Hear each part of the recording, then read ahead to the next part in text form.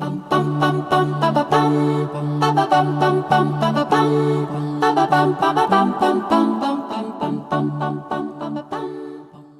organizations' events.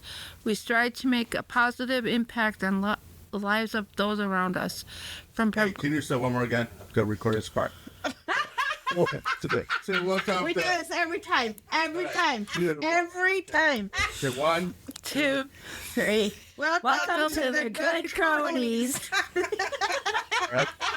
If you didn't hear what just happened, we had to go over and redo the welcome to the Good Cronies. and I gave him a dumb look.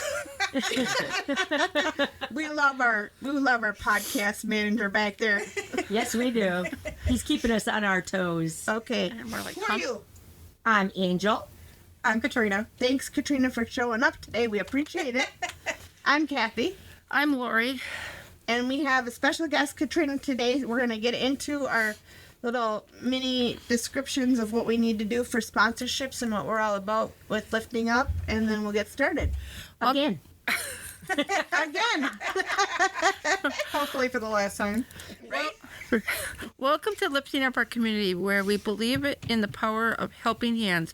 Our mission is simply to support and uplift those in need with our community, whether it's through volunteering, donations, or organization events. We strive to make a positive impact on the lives of those around us, from providing meals for the homeless to offering mentorship programs for the at-risk young. We are dedicated to creating a better and stronger community for all. Join us in the efforts and part of something truthfully meaningful. Visit us on Facebook to learn more about how you can get involved and make a difference today. Together we can lift each other up and create a lasting challenge. With that said, 20 minutes before I left my house tonight, I got a donation that I'm picking up tomorrow of 16 bags of clothes from a non-member. Wow. Yeah, it's a Sorry. Wow. I'm in the microphone. Wow. Yeah. Oh, I gotta get closer. No, she doesn't. That's how I pushed it away. But anyway, yeah, I got gifted. I'm picking them up tomorrow morning. 16 bags of clothes, ranging from sizes. I haven't put eyes on them. Sizes from 4T, boys, girls, to 10, 12 girls. Some adults, some bedding. Last time I did this, I ended up with 3 bags of shoes. Yeah. Wow. The back of my van's gonna be full. I just emptied out my van from a donation. Yeah. 2 big totes, and I'm talking huge, and 1 big box taller than me. Well, we thank everybody for donating. That's Yes, wonderful. definitely. It keeps it out of the landfill, which is what our mission is. We are sponsored by HGM Photography, which is me. I specialize in any type of photography you want to do, because I'm not going to go through it all today. We got bigger fish to fry with Katrina today. First, let's start with Danny's birthday cake. Oh my God. So I tried something different. I did strawberry cake. It was amazing. Yeah, it was. Strawberry cake. And then I put So the strawberry shortcake, strawberry dunking cake mix. Yes. Okay. And then orange soda. Yes, I know it's poison. Danny says soda's poison, but he didn't see me put it in it. It's a really good poison, though. Yes. And then the whipped cream. 1 tub of whipped cream. Mix that up. Nothing else. Nothing. Baked it. It was really nice and moist and everything. And then I made strawberry jello. I poked the holes in the cake when it came out. I poured the jello over it. So the jello wasn't formed. You No, poured it in I hot. poured it in hot. I only put 1 hot cup of water so it wouldn't soak. And then after that, I made raspberry frosting. That sounds That good. sounds really good. I know I was going to bring it, and I forgot. Instead, I brought you guys the other stuff I did. And Rain, Address? what'd you say? You can just I drop feel like I smell today. I smell this musty smell. Is it the studio today or is it me? That's you. Okay. PC is it? You know that you record. Right. I know. It's okay. I smell like usually in a candy and Leroy. I don't smell that. I just smell. That's because I sprayed myself down with fireplace stuff before I walked out of the house. Because I don't want to overwhelm you. What? You're smelling the horses. Oh, maybe the horses. Or actually, you're probably smelling the stuff I sprayed. It's like a fireplace. I grabbed whatever was right there and sprayed it. Purposely mustied yourself. I mustied myself. Okay. Yeah. That's what I smell. It's musty. There. You smell? Yeah, you're gonna get a lot of laughs today, Katrina. You don't know. Did you put the link in Lifting Up? Yep. Yeah, I did. I sent it to Rain. But did you send it to Lifting Up? I thought I did, but I'll do it again. Here, use my phone and send it. Like at the. Anthony, did you? No, this was from 4 days ago. Yeah, let me send another one to you guys. Yeah. Here we go. You know, it's up. Should be up at the top. No. I send it again. Technical Way to be difficult. prepared. Angels, is it Landon pending? No, because I put it under the. I put it under the. I guess send that on quick. Yeah. Okay. Check one. And then I'll just accept it. Accept it? Oh my God. I got new words. Accept it? Accept it. You sound like my 3-year-old. That sounds like a septic. So can I throw a tantrum? Will I get away with it? I'd walk away from you then. You walk away from me anyways. I'd just whoop you. That's what I did with the kids. Okay. You sent it? Yep, I send it, pick him up and I put him over there and I walk away. And then I get louder. We have one more door prize yet. So maybe we should tell me a number in my ear. Don't say it out loud. Tell me it in my ear. That'll be the caller. Okay. Yep, thank you. Did we send it to the group or? I just- Okay. So it's more than one person that the knows. group. Okay. Well, it's more than one person that knows the number. Okay. That caller number that calls in will get that door prize. It's a musk scented candle with some hand wash and some lotion. And it's not me. You do not get me. Yes, that. I can only go around so much. It just came from Nichols. It's a bit. Yep. I want to thank Angel for all the pumpkin bars Oh, yeah. and, Rain. and the cake tops. Yep. Hey, I just sent it to the group. Okay, thank you. Sure. And what are the little... Excuse me. What are those darker ones? Banana. Banana, Banana. butterscotch, Yep. peanut butter. Yep. And then from Rain, she sent us some green grapes, couple grapes, cut up watermelon, and some strawberries. So thanks, Rain. Thanks, Rain, for thinking of us. Okay, so I'll start with how I met Katrina. I think it's been 35 years. How old are you? Something. I'm 41. Yeah, so she Yeah, was we in met when I 4th was grade. Yeah, we met when I was like, 4th grade. Wow. no, I was like 12. Okay. 11 or 12, because it was after my parents got born. Okay, so that would be 40 years ago. Yeah. No, Dang, 30. 30 years. Yeah, 30 years. Okay, You're making her think. yeah, we're making. I'm not thinking. I was friends with her mom, and Katrina was the oldest daughter of my friend Janice. Yeah. And her parents were divorced or going through a divorce, and I think they were already divorced, or just Oh, divorced. their divorce took like forever because they did not have a.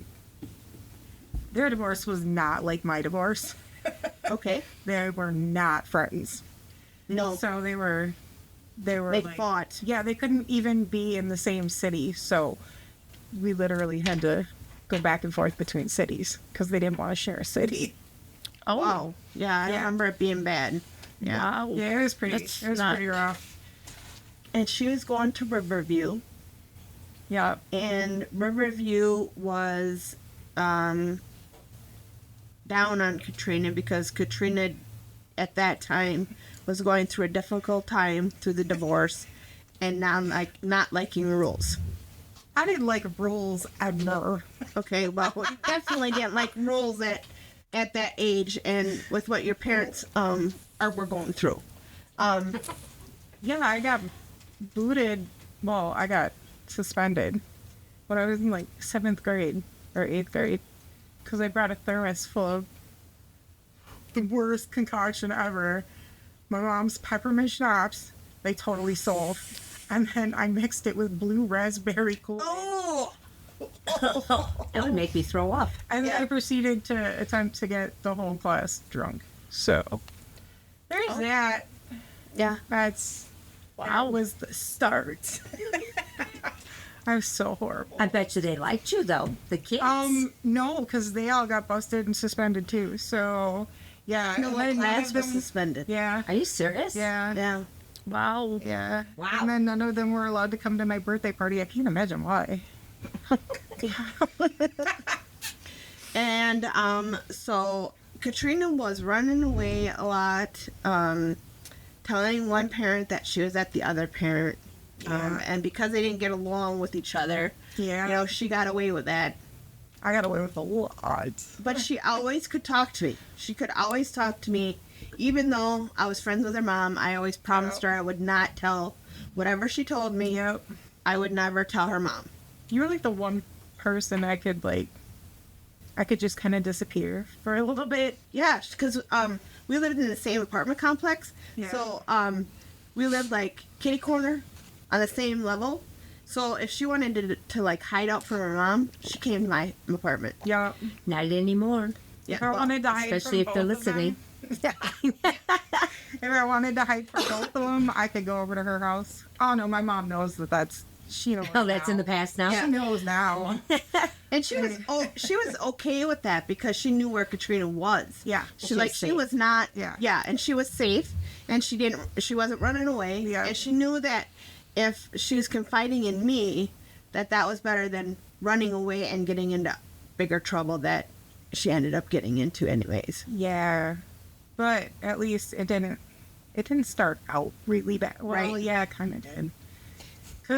Yeah, it kind of did. Because at 15, they were placing missing person posters looking for me because I think I was gone for like, Months. yeah, I was gone Oh, for you were like, on the milk jug. I was gone. No, I'm just Something kidding. like that. I was gone for like 3 months with Wow. my boyfriend. I was 15. He was like 19. Yeah. Nothing that they would get away with nowadays. Nothing. No. Nothing at all. No. No. Yeah, And he then was about to turn 20. you got pregnant Yeah. with twins. At 16. With That twins. was a great plan. Great plan. I was like, and I really did kind of plan it. I was like, yeah, I'm going to get pregnant by this dude, and we're going to get married and live in freaking La La Land. Like, woohoo. Except that did not work at all. That was the worst decision I ever could. Not that I regret my kids. I love them. Mhm. But if I would have known then what I know now, Yeah. or what I found out even a couple years later, I definitely would have not planned to get pregnant so early. Yeah. That was hard then once she gave birth, because once she gave birth, she had problems from the doctor, which Yeah. He ended up not taking appropriate measurements, and I ended up being too small to give birth to this big-headed baby. And he got stuck. He was the first one. And he got stuck in my pelvis, or in my uterus. and everything just kind of, my cervix just kind of crushed in on him while he was trying to come out, and he went without oxygen to his brain for over 22 minutes. Ooh. And I was screaming at them because I had already been prepared. I had known that there was potentially a problem with one of the babies. They thought that maybe one of them, Was going without the smaller one, was going it was without reverse, the or not reverse. It was twin-to-twin transfusion syndrome. But they thought that the smallest one was the one that was going to have problems. They said that I needed to abort him. I said, no, whatever, yeah. Oh, I didn't hear it. Yeah. Okay. I said, no, whatever God wants to happen is going to happen. If these babies are meant to be in this world, they're going to be in this world. So I decided to just let nature decide, let God decide. And while I was giving birth, they're like, oh, we don't know what to do. There's, we're going to have to vacuum him out. Okay, fine. So they vacuumed him out. But when they did that, his whole face and head were already swollen to the point where he could not pass through safely. So he was born purple, gone, no heartbeat, no, nothing. Wow. And they asked me, I don't know what to do. What do you want us to do? And I'm like, just let him go. Let him go. He's gone. And my parents said, no. Save him. So, doctors saved him. And he ended up with epilepsy, hydrocephalus, and cerebral palsy. What's the H one? Hydrocephalus. Yeah, what it's is that? Fluid on the brain to the point where he had to have a shunt, a tube. I remember that. Yeah, from his brain down into his abdomen just to drain all the fluid because his head was like, it looked like an alien head. Oh. Yeah. So they went from being identical twins to there was no way you would think that they were identical. So yeah, that was the beginning of basically my real trouble, because I went from having my twins, getting kicked out of my mom's house, getting kicked out of my dad's house, bouncing from one place to the next. With your twins. Yeah. Wow. Okay. Yeah. I finally, because my dad was the one who was getting the Social Security disability for my son. And I finally made sure that I was the one getting it in my name. And once I did that, I was able to move into a place by myself. But I was really young, really dumb, and taking care of a child who not only had a shunt, but also had a G-tube, a feeding tube. Yeah, in his stomach. And I had to hold his formula for anywhere between an hour and 2 hours. And if I held it up too high or it went in his stomach too fast, obviously he would throw it up.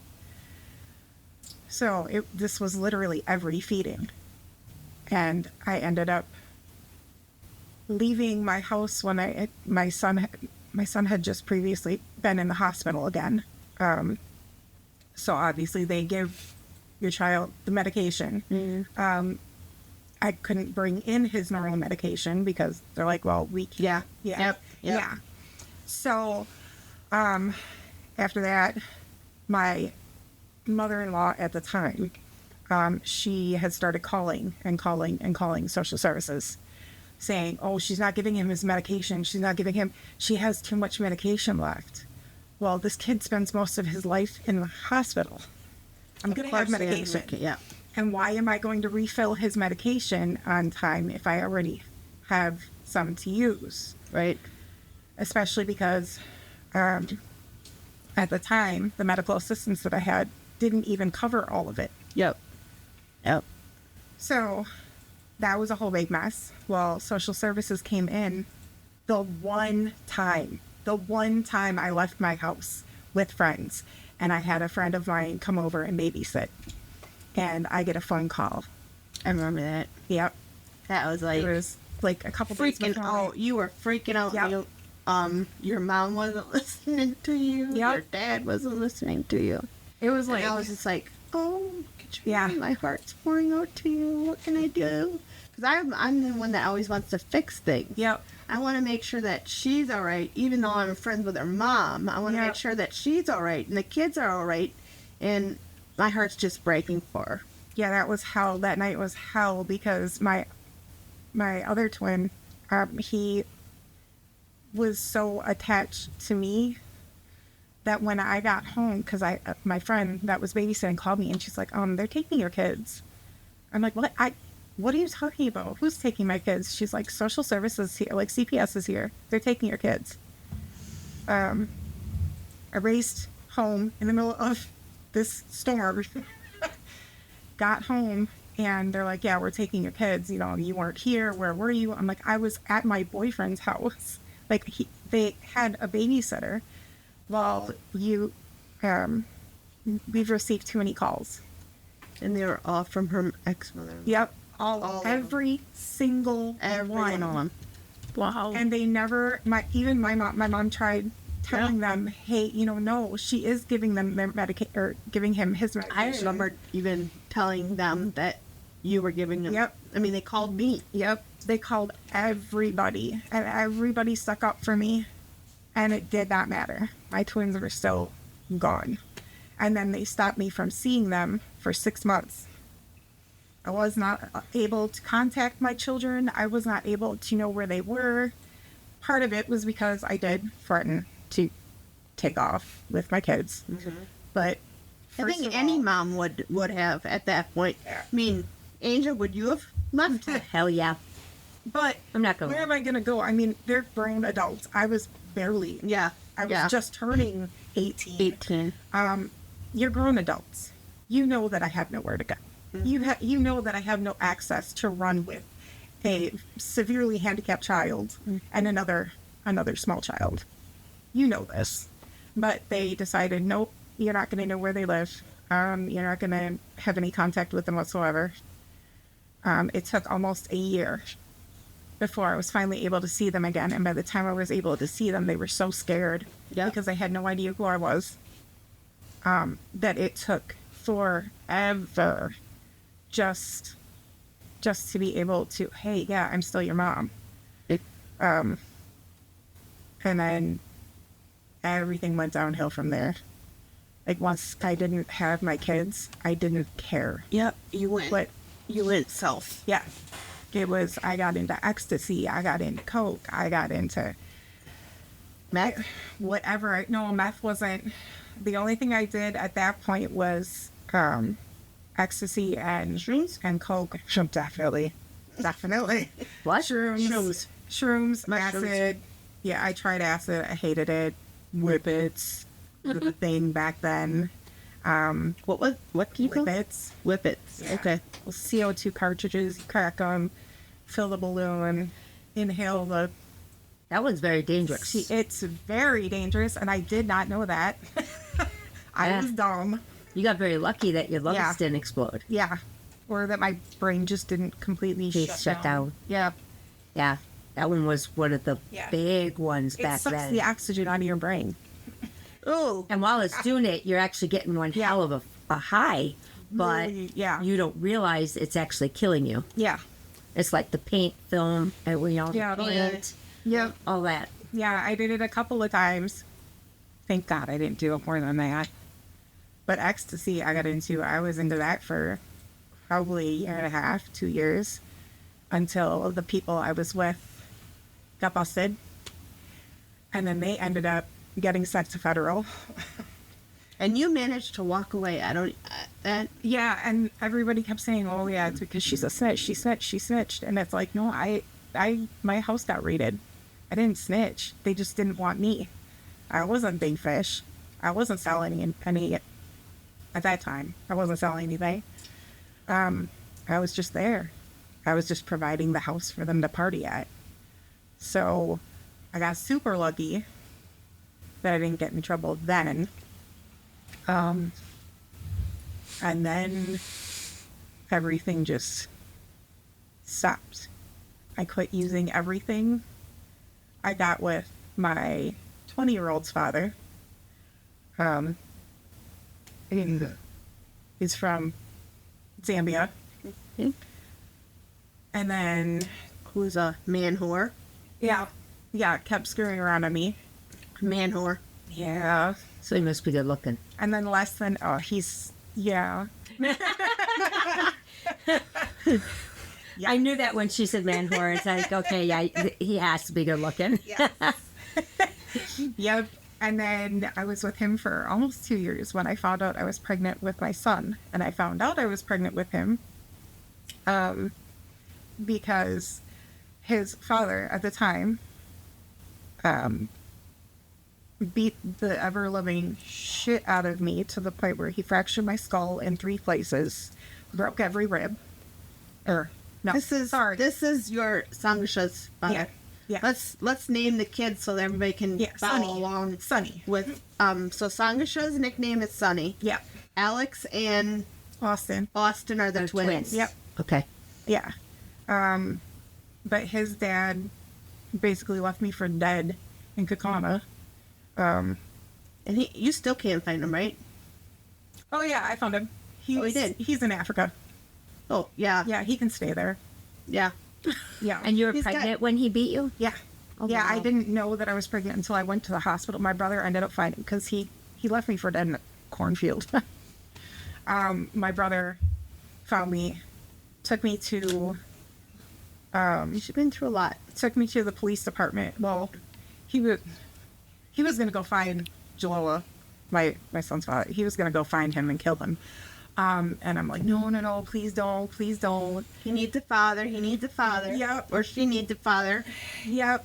Well, no, because I didn't know I was pregnant right then. Okay. I just didn't want anything to happen to him because I had finally found stability.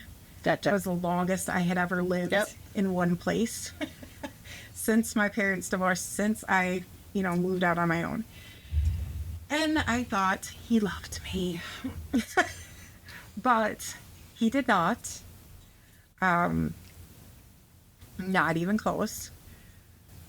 Because after he got in trouble, he convinced me to lie and say that he didn't do anything.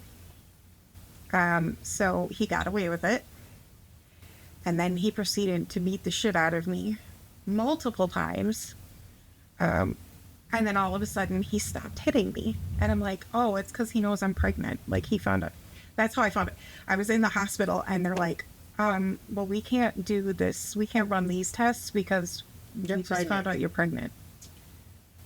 And literally, like, my heart sank because as desperately as I wanted to have this man's child, that all changed that night. I was like, oh God, what am I going to do? How am I going to do this? Now I can't leave him because he's the father of my child. So now I have to protect him. The last time I allowed that man to put his hands on me was after I had had my son. Now we're Sonny. Yeah. After I had had Sargasha, mind you, he put his hands on me in the hospital right after giving birth. That should have been. But I'm like, okay, everything's going to go back to normal when we get home. Everything's going to be okay. We got home and he put his hands on me while I was holding my already colicky, tiny little 5-pound baby in my arms. And I literally tucked him in because I saw the hit coming. And I tucked him in like this. And he hit me so hard that I flew across the bed and slammed into the wall. Baby was fine, but I was knocked unconscious and I woke up to no baby. And I was locked in my room, in my apartment. So I'm banging on the wall and banging on the door, trying to get his attention. He was gone. I didn't know it at the time. Where was Why? the baby? Hmm? Where was the baby? Just wait. Just right. So my neighbor, who was my landlord, came over. Apparently, Jalloa had stuck a chair underneath the door handle, so I couldn't get out of the ring. He let me out. I have no vehicle. He took my vehicle. So I'm like, screw it. Who can help me? Well, I didn't know anybody. I didn't know anybody close. I had pretty much terminated all of my friendships because, well, this guy loved me. Good. So I walked to my dad's house, which was the closest place for me to walk to. And sure as shit, this piece of is You can at say it. my dad's. This piece of fucking shit is at my dad's house with my baby. My dad knows he beat the shit out of me multiple times. And here's this baby with this guy who beat the shit out of me at my dad's house. How does that happen? How does a dad let that happen? How do you not want to protect your child? Yeah. How is this okay with you? So after that, I ended up, I told him, I'm like, get the fuck out of my dad's house. I don't give a shit if y'all are cool. I don't care. Get the fuck out. And my dad's like, well, you can't stay here. Okay. And my mom's like, well, I can't have you living here with the baby. Okay. What do I do now? Called Harbor House, went to Harbor House, stayed there. They ended up getting me a place, but Jalloa showed up at the place that they found me. So I'm trying to keep the peace. Okay, fine. Can you bring diapers next time you come? Like, I got nothing. Yeah, sure. So he comes, brings diapers, beat the piss out of me again. Okay, that's not gonna work. Obviously, this guy is gonna find me no matter what. Ran back into the guy I had dated, Eric. nope, No. Roy. Roy. Right. Yeah. Okay. My now ex-husband, but he's still stuck with me. Poor guy. But they have a really good friendship. Yeah, we do. We They have have a great friendship. We have an awesome relationship. I put him through hell, Yeah. but we have an amazing relationship. But he ended up, we were talking, and he's like, well, why don't you just move in with me? That way you're safe. He won't know where you are. There's nobody that, that will tell him where you are. Sounds good. So I moved in with him. We ended up moving in with his parents.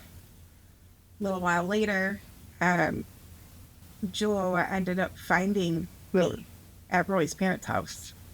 And he showed up, walked in the house, pitch black, so you could not see him. Yeah. Because this man's very dark. Yep. Very dark. And all of a sudden, you see white teeth and eyes behind me. And he's like, hey, mommy, I need to talk to you. And I almost threw up. Like, the feeling. stress. Yeah. Just Knowing fucking- that you just saved this 5-pound Yeah. baby Yeah. who you just walked away from your dad's house, who was buddy with Jalloa. Yep. You're 20 years old. You still don't have your head screwed on tight Yep. because of all the stuff that you've been through with Alex and Austin. Austin. Yeah. Thank you. Austin. And them going to a foster home and then being later adopted. Yep. So your head's not totally screwed on tight. You're doing... Yeah. Are you doing any drugs at this time? Nope.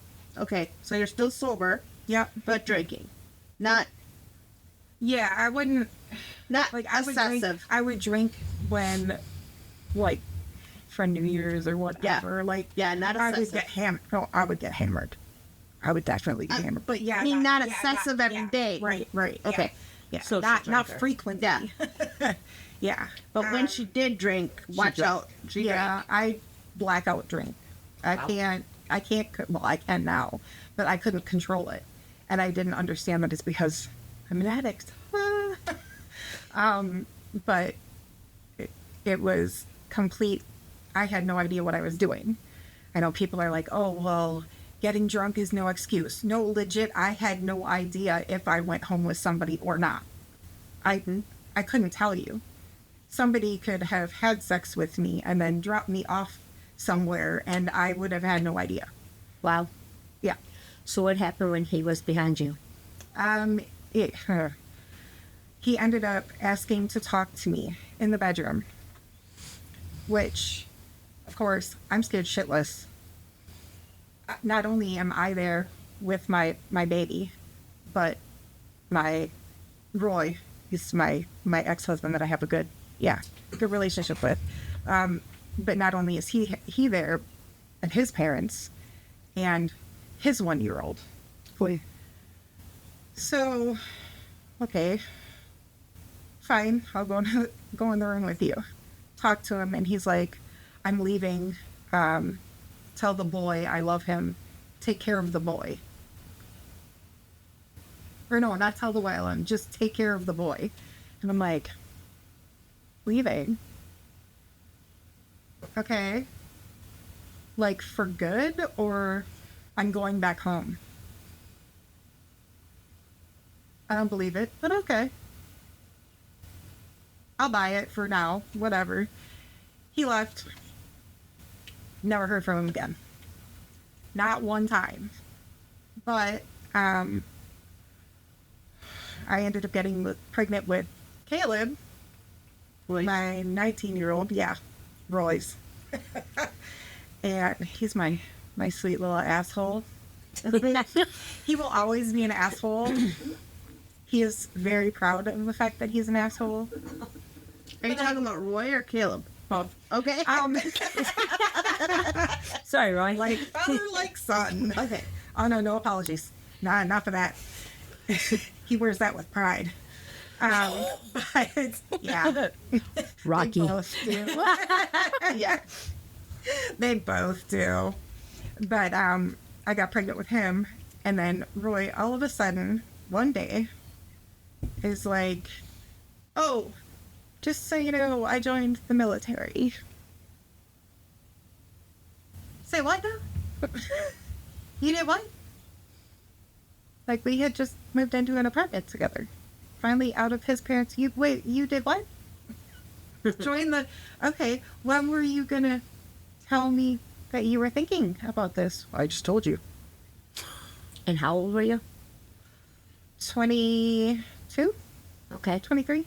Yeah. But she's had 4 kids now. Yep, I know. I'm following the story, but I'm Yeah. trying to let these guys know Yep. how old she is at this time. Yeah. Yeah, I was... But she doesn't have custody of Austin and Caleb. Right. They're already adopted, and Right. she has... Austin and well, now Alex. It was Austin and Levi, but yeah, Austin and Alex. They weren't letting you see either one of those, right, at that time? No. So you couldn't see, she wasn't seeing No, the I twins. was allowed to go for like their birthday parties, or I was allowed to see them for like an hour on Christmas. They had finally allowed me to do that. That's awesome. That's I will give their adoptive parents so much credit, because they did decide, yeah, as long as everything stays good, you know, we can have this open adoption. We'll let them know that you're their mom, which was great until I screwed it all up. When Roy went to the military, I kind of started using coke here and there again, and smoking a crap ton of weed, and I did some ecstasy here and there again, and I did ecstasy with Sagasha and Caleb in the house. Caleb was sleeping, but Sagasha, who's my little baby, he had to hold my hair to the point where my neck, I was constantly like this. And I didn't realize at the time that ecstasy is excreted through your sweat, and your hair. So this little baby, this little, what, 3 years? It was like 3 or 4. Yeah, 3 or 4. And he tried to get it on my hip, and I picked him up and I went like this, and he went like this. And I'm like, okay, I need to put you down. Put him down and saw his eyes, and his pupils were like this big. And I got sick to my stomach, and I'm like, Oh no. oh my God, what did I do? I need to take this baby. We need to go to the ER right now. Like, we need to go right now. And they're like, no, he'll be okay. He'll be okay. We're not going. If we go, we're all going to get in trouble. He's going to get taken from you. And I'm like, he's going to die if we don't. And they calm me down, and they're like, no, we'll put him in a cool bath. We'll handle this. Who's they? The people that I was using with. Okay. Because at that point, when we left for the army, I kind of was like, well, screw you. You don't want to tell me you're going, so I'm going to go scare this dude. Yep. So I got with this dude who was big into drugs. But yeah, they finally convinced me that he was going to be okay. I took a shower, sobered up real quick, and was like, okay, like, he's going to be all right. How did you know? Like, how did you know at that time that it was, The ecstasy. yeah, the ecstasy was coming through your hair? I was watching his movements, and I had remembered hearing somewhere that drugs, you can sweat drugs out of your pores. And I'm like, whatever. Yeah, would be my Whatever. That would be my reaction to it. Like, that's like the people who do meth that are like, oh, I can see crystals in my arm. Look, it's coming out of my... No, bro, you're just hallucinating. But I just figured it was bullshit until I saw him. And he was like rubbing on my leg, and I'm like, oh, fuck. Like, he's rolling, dude. I know he's rolling. I just knew he was rolling. Girl, you've been through a lot at the age of 22 already. Yeah, that was really rough. But he would. And now, mind you guys, this is back in the, like, 2000s. He was born in 03. Yeah. I have so many kids. I gotta keep their birthdays straight. I'm like, but, okay, yeah. So Caleb was born, and Sangasha was going through this. Yeah. And I ended up, some things had happened with the guy I was with at the time. Some things had happened between me and him and his brother and his dad, like, because we all know I don't hold my punches. I'm gonna throw it out. Like, I do not care if you're a 6'4", well-built dude, which he was. But he hit a female in my house. He hit my boyfriend, if you want to call him that. His dad hit his girlfriend in my house. I'm swinging on you. You just put your hands. You just did the one thing that has me so terrified of men that I don't even trust them. You just did that to another female in my house. So I swung on this 6'4", 6'5", whatever. He was a really big dude. I swung on him. And he got him. I got him good. Which he deserved. Right. Me, but he didn't deserve. You know, hit a woman. Don't throw it. Yep. So I decked him. I walloped him a good one. And all of a sudden, I saw his fist coming back. And I feel two people from behind me pulled me back. And I'm like, Was it God? nope. Not this time. No, it was my boyfriend and his brother. And they're like, Dad, you got to get the fuck out of here. You got to go. You got to go. And I'm like, no, if he wants to stay, he can stay. We can throw him out. And they're like, no, you don't understand. If he hits you, you're going to be done. And I'm like, I don't give a f. He put his hands on a female in my house. Get him the f out of my house or tell him it's about to go down. Well, they got him out. They're like, you need to go. So they more or less, them and two of their friends more or less dragged this guy out of my house. The next day, I called Lily, Caleb's dad. And I'm like, I need to get the fuck out of here. I'm sorry I screwed up. I can't be here anymore. And he said, okay, I'll send you a ticket. I'll send you and Sagasha a ticket. He's like, my parents can bring Caleb later. I'll send you a ticket and you and Sagasha can come to Texas. So I moved to Texas with my little one, waiting for his brother to come as well, with a suitcase and a duffel bag for both of our stuff. I left everything in that apartment. Did not give a shit. Was like, I'm done. I'm done with this. I need a fresh start. I'm gonna end up screwing my life up. I'm gonna screw my kids' lives up. Like, it can't get any worse, right? Oh, what was I wrong? So I moved to Texas. Things were good for a while. We were there for like 3 years.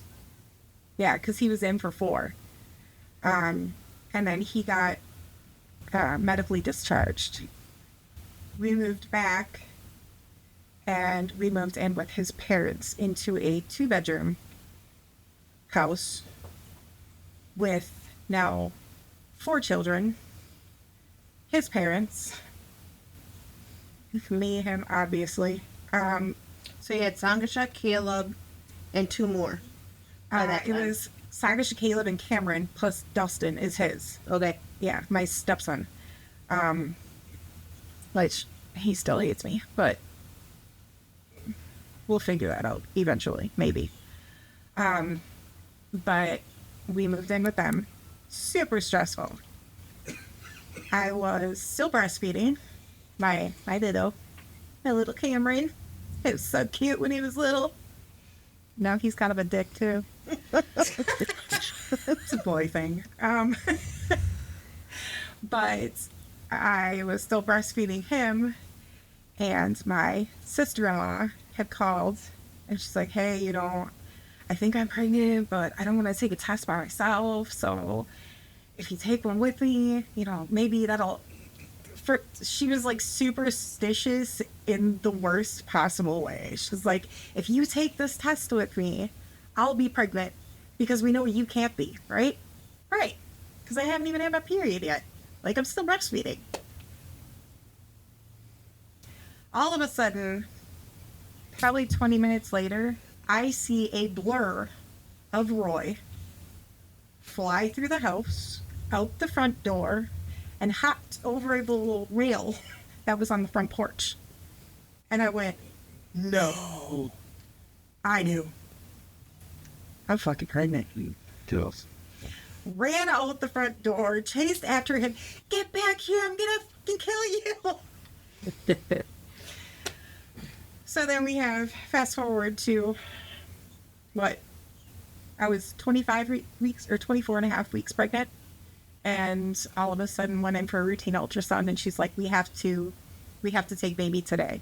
You have reverse blood flow in your umbilical cord. Your body... What is that?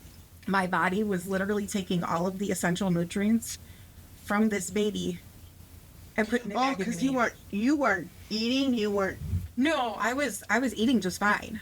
But when you have reverse blood flow, instead of the nutrients going from, inside into the umbilical cord to baby, everything is going from baby into me.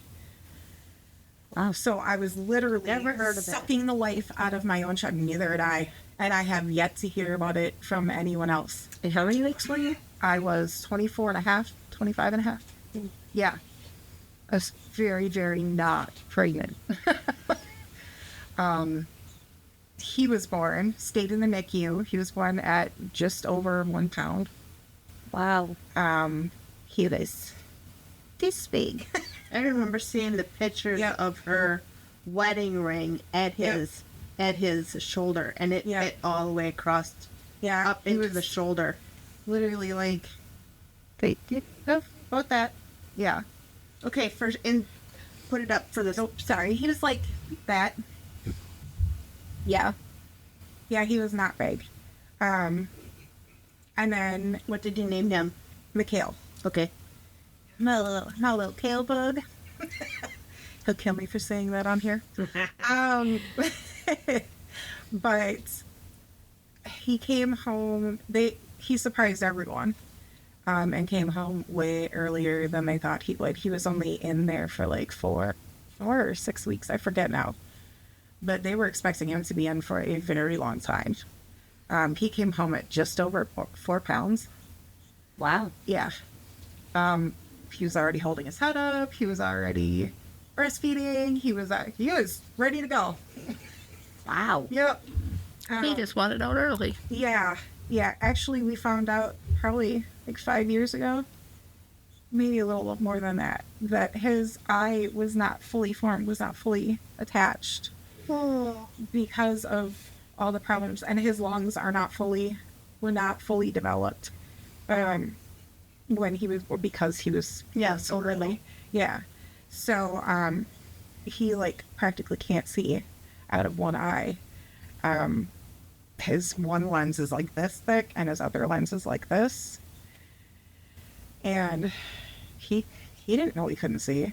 Right. He thought it was normal. Right. But yeah, so he can't ever have LASIX because that won't fit, or it won't fix it. It will not help at all because, well, how do you attach an eye that was never fully developed? Right. So he's got some issues, but he is up to par on weight, height. Lungs are okay now? His lungs, he still has problems where if he gets sick, he gets really sick. So like right now, he's got a cold, and a common cold for him is like close to pneumonia status for anybody else.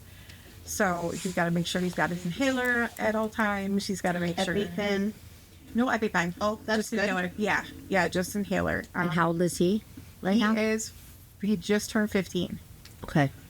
So, and we got super lucky. He was on a nebulizer machine until he was, I want to say 5 or 6.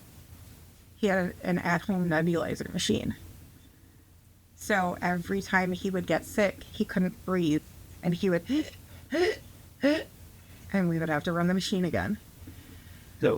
So luckily, he outgrew the nebulizer. You no longer have to worry about that. It's just the inhaler. But I think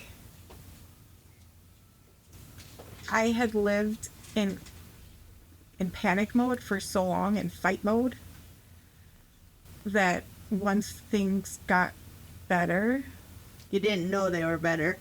no.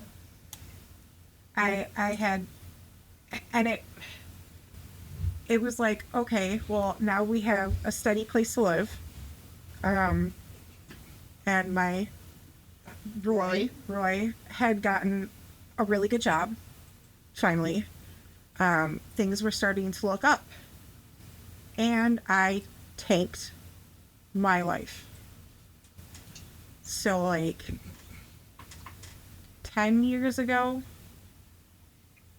she's 50, yeah, well, 10 years ago, I walked out the door to go hang out with my twins' father, Eric.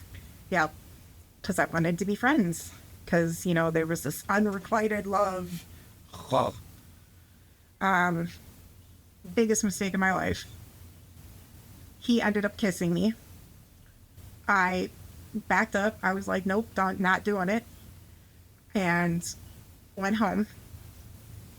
Didn't say a word to my then husband, Roy. Didn't say a word to him. Didn't want to say anything to him. I just kind of had to figure out how I was going to handle it. And the next day, I was talking to, I thought she was a friend. And I told her about it. And I'm like, I think I'm going to tell him, Roy, because this is something I can't hide from him. Like, I don't feel right about it. Obviously, I pulled away, but it was still happened. Yeah, and it lasted like a split second too long. So instead of a kiss you give your mother, it was like not that. Yeah, it was a little bit more. But I ended up, I'm like, yeah, I'm gonna tell him. And she's like, okay, I don't think that's a good idea. You don't want to end up divorced. She was in the middle of a divorce with, a friend at the time. She was in the middle of a divorce from him. And she's like, oh, yeah, you don't want to go through the, whatever. And I'm like, yeah, I still think I need to tell him. Like, regardless of what happens, I think I need to tell him. And she's like, oh, I wouldn't. But that's just me. I'm just letting you know I wouldn't. And I went home, waited for Roy. He was going to pick up the kids from school, right a block away. And when he got home, he looks at me and he goes, is it fucking true? I'm like, is what true? He's like, did you fucking kiss Eric? And I'm like, Where did that come from? Wait. I'm like, wait, because that's not how it happened. So you did kiss him. And he flipped out. Come to find out, Angie, who never picks her kids up from school, went to school just to tell him behind my back that I did this horrible thing and kissed my ex-husband. And that's the one that told you not to tell him? Yeah. Oh, wow. Yeah. Okay. What friend? Yeah. Oh, yeah. She's a real piece of work. She's still running her mouth telling people about my whole life. Tried to You say just did, so you beat her to it. Right. I've been telling everybody since day one, like, I have never hidden who I am. I don't hide what I've done. I own it. I don't give a shit. And you hope somebody will learn from it. Right. Like, that's the whole point. Otherwise, what good can come out of it? Nothing. Yeah. Literally nothing. So we ended up, we got into a huge fight. He screamed, basically, go f***ing then. And me, being the intelligent person that I am, was like, okay. So I did. Back to Eric. Yep. After having 3 of Roy's and being married to Roy. Yeah. Yeah. 3 boys with Roy. And then almost adopting Dustin, who was Roy's first child. Yeah. So that's 5 kids. You Yeah. had. Yeah. Okay. And then the twins on top of it. Yeah. Yep, that's 5. No, that's with 6. the twins, the total comes to 7. Okay. Oh, Dustin. I forgot. Yeah, because Dustin's my son. Okay, so she had 6 of her own, and then Dustin, stepchild. Yeah. Okay. Yeah. So I lost it somewhere. Okay. She had Sangasha, Caleb, Cameron and Mikhail. Cameron, and Mikhail was the itty bitty baby. Yeah. Okay. Yeah. And then she still had the twins that were adopted. Yeah. Okay. Yeah. Yeah, she's been through it. Yeah. Yeah. Oh, there were like 3 more, and the 2 of them I miscarried, and the one I'll get to that tonight. To the last one. But yeah, so we ended up. He basically booted me out. Was like, get the f*** out, and I was like, okay, I don't need you anyway. Walked away from my kids. Walked away from him. Started using. Well, I started snorting Adderall. Like a super intelligent person. By the way, that burns. And it tastes like crap. In charge. You don't want to do anything. And it destroys your nose. So, like... Really? Yeah. Yeah, it actually eats holes in your septum. Oh. Yeah. Yeah, it's so fun. So does cocaine, and so does meth. Meth is even worse. That's because you're basically snorting battery acid. Oh. Yeah. So fun. Not. No. So, And no, Sangasha hasn't seen his real father, yeah, no. and he's moved to Africa, Yeah. and he's completely run out on Katrina, not paying child support, Yeah. not paying, He never did. But I'd rather it be that way because Roy has been the absolute best dad for all of my kids.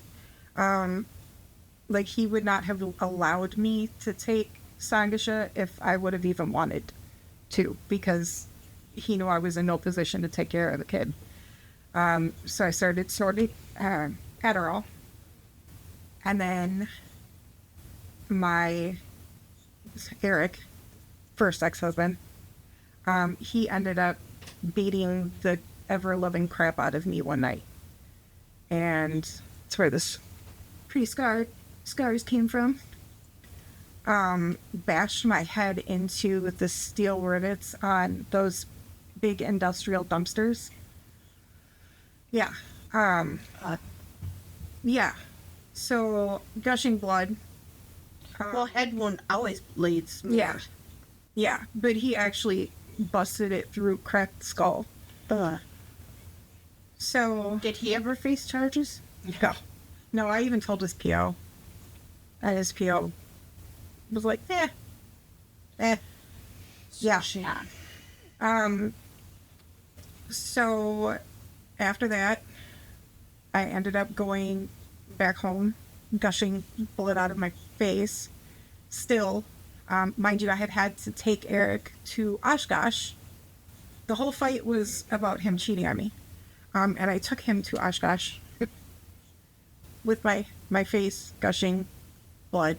I took him there so that he could go be with the chick that he was cheating on me with.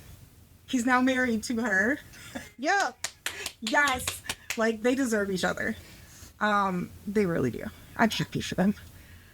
They beat the shit out of each other. It's great. So...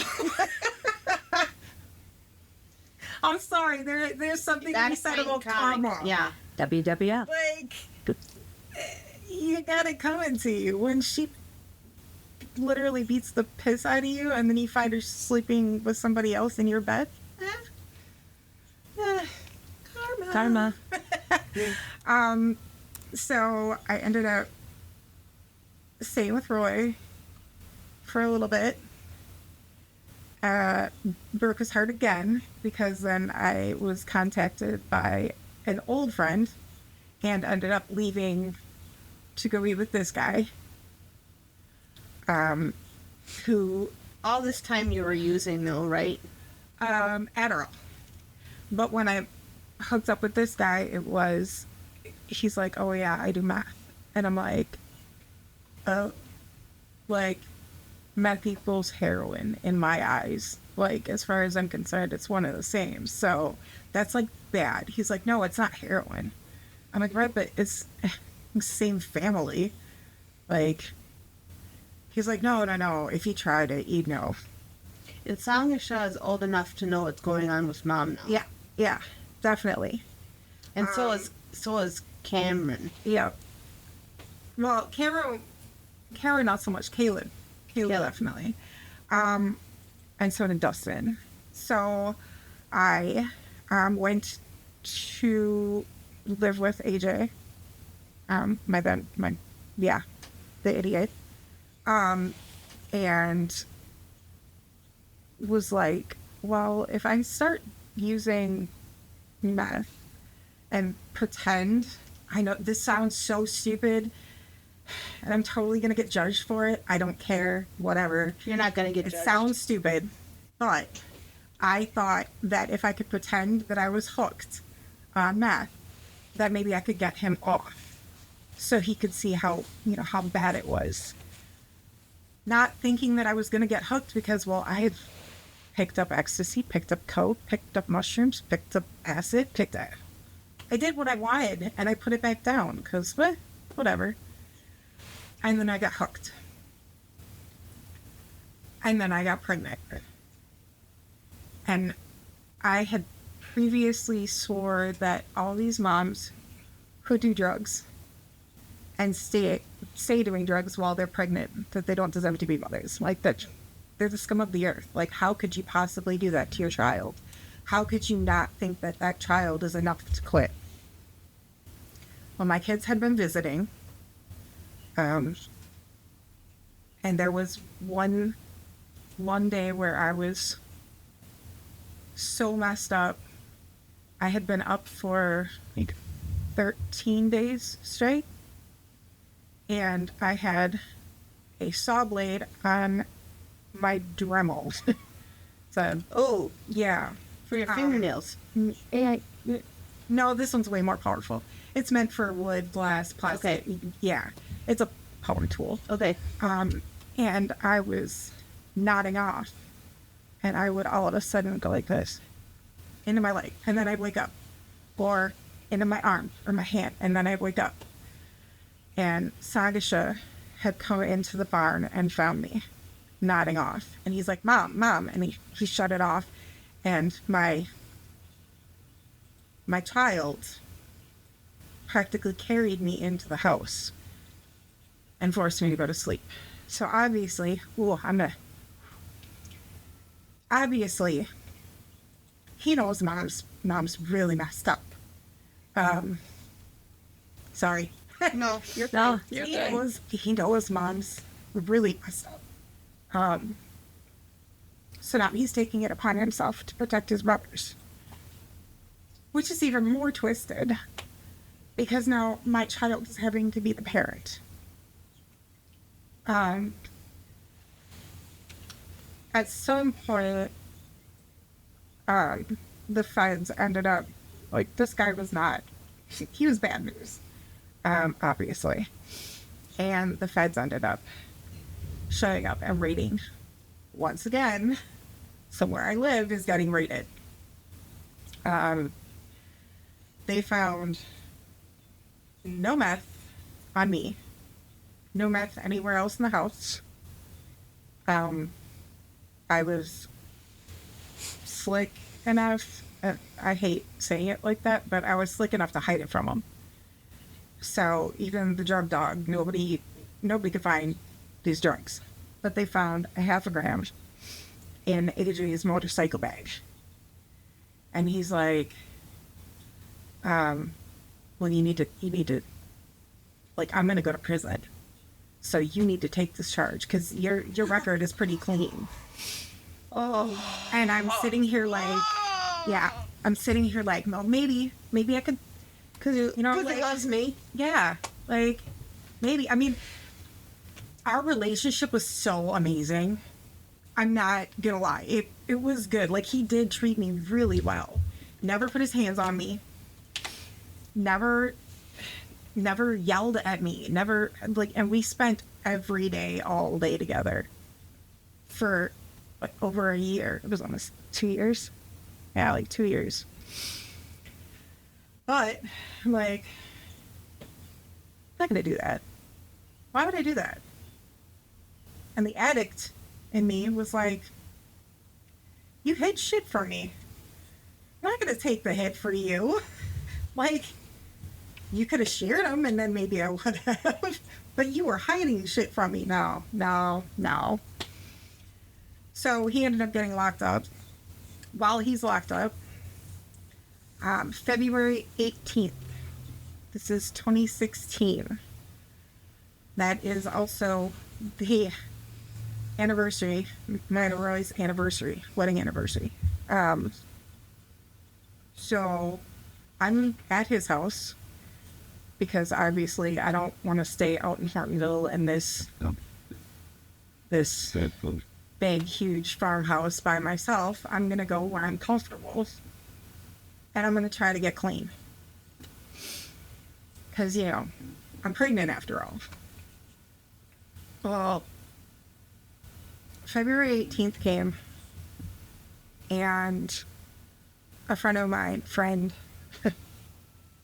use that term very loosely, called me and he was like, hey, I need some shit.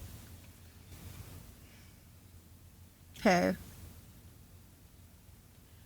Well, I suppose I could take you, like, I'll take you to go cash your check. We'll go grab it. This meant going all the way out to my house in Hortonville. It was a snowstorm, a blizzard so bad that tow ban, Flight for Life was grounded. I had no business going outside. And I told Roy, I'm like, I'll be back. Told my kids, I love you, I'll be back. And I walked out the door. And I walked back in the house and gave them another hug, another kiss, and said, I love you one more time. And I left. I don't know why I did it the second time. I don't know. God probably just guiding me to one last time. And on my way to this place in Hortonville, it was basically JJ and Mayflower. I know exactly. I used to live out there. Yeah. I ended up hitting a patch of black ice, snowdrift. Wind blew just wrong at just the right time, and I ended up overcorrecting and caused a minivan to crush my I know they're not going to be able to see this, but the minivan crushed my car into me. My car took the entire impact of both vehicles, so approximately 85 miles an hour. Eee. Yeah. And Yeah. I was dead. Nobody's on live. Oh my. Yeah. I was dead. Oh. I coded multiple times. The car, they had to use the jaws to separate everything because the car literally was crushed into me. They had to pull my left breast out from, or my left hip out from underneath my left breast. They had to attach weights to my toes to pull it out. This whole left leg is, from here down, is all metal. I have no feeling in the right side of my left leg or my foot. And So I shouldn't be able to walk. yeah. My pelvis is shattered. I had an external fixator coming out of that as well. Had to learn how to walk all over again, all that good stuff. My collarbone was shattered. There's too many pins, screws, rods, everything in it. My shoulder, my elbow, both wrists. This wrist was almost completely severed. At his hand, I should say. And then something with my tailbone. I feel like I'm missing something. I might be missing something, but either way, they told my family to come say their goodbyes. They said I wasn't going to make it. So my family came. They didn't tell the kids yet. And then they said, well, she's not gonna come too. I came too. So they unplugged you, everything, and then you came.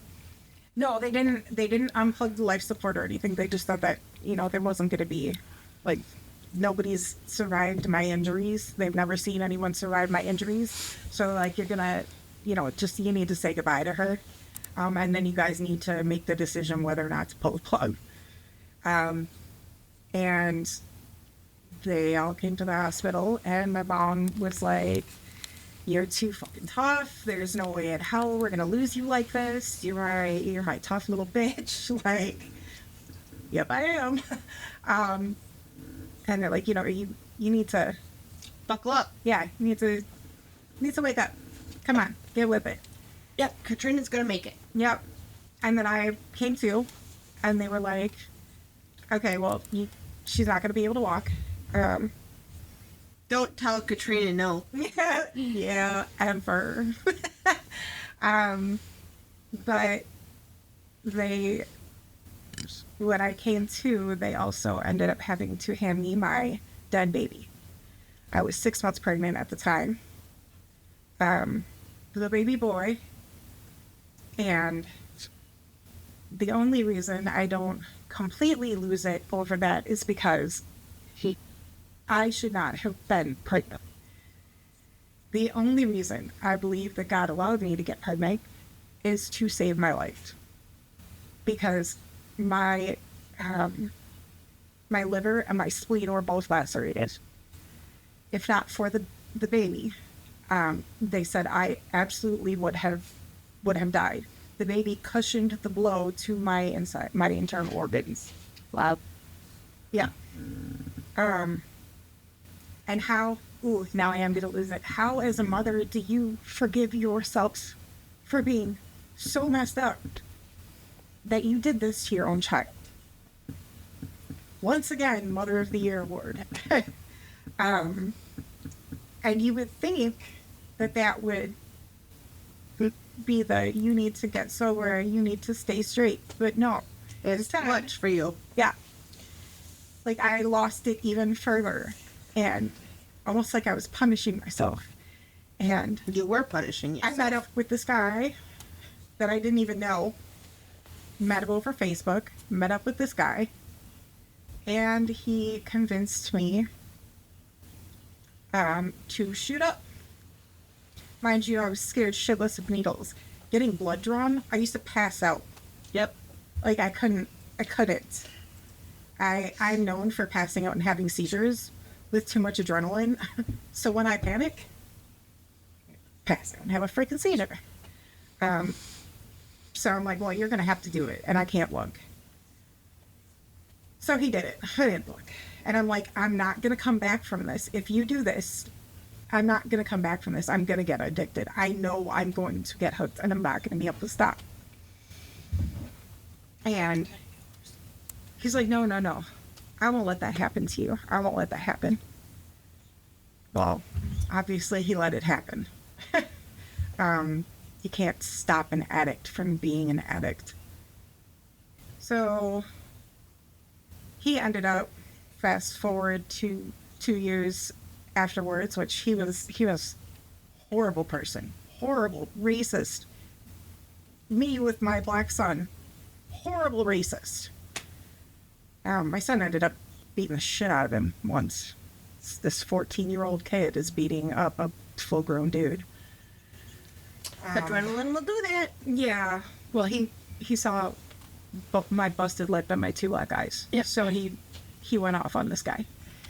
And then after that, he ended up getting thrown in. This guy ended up in federal prison.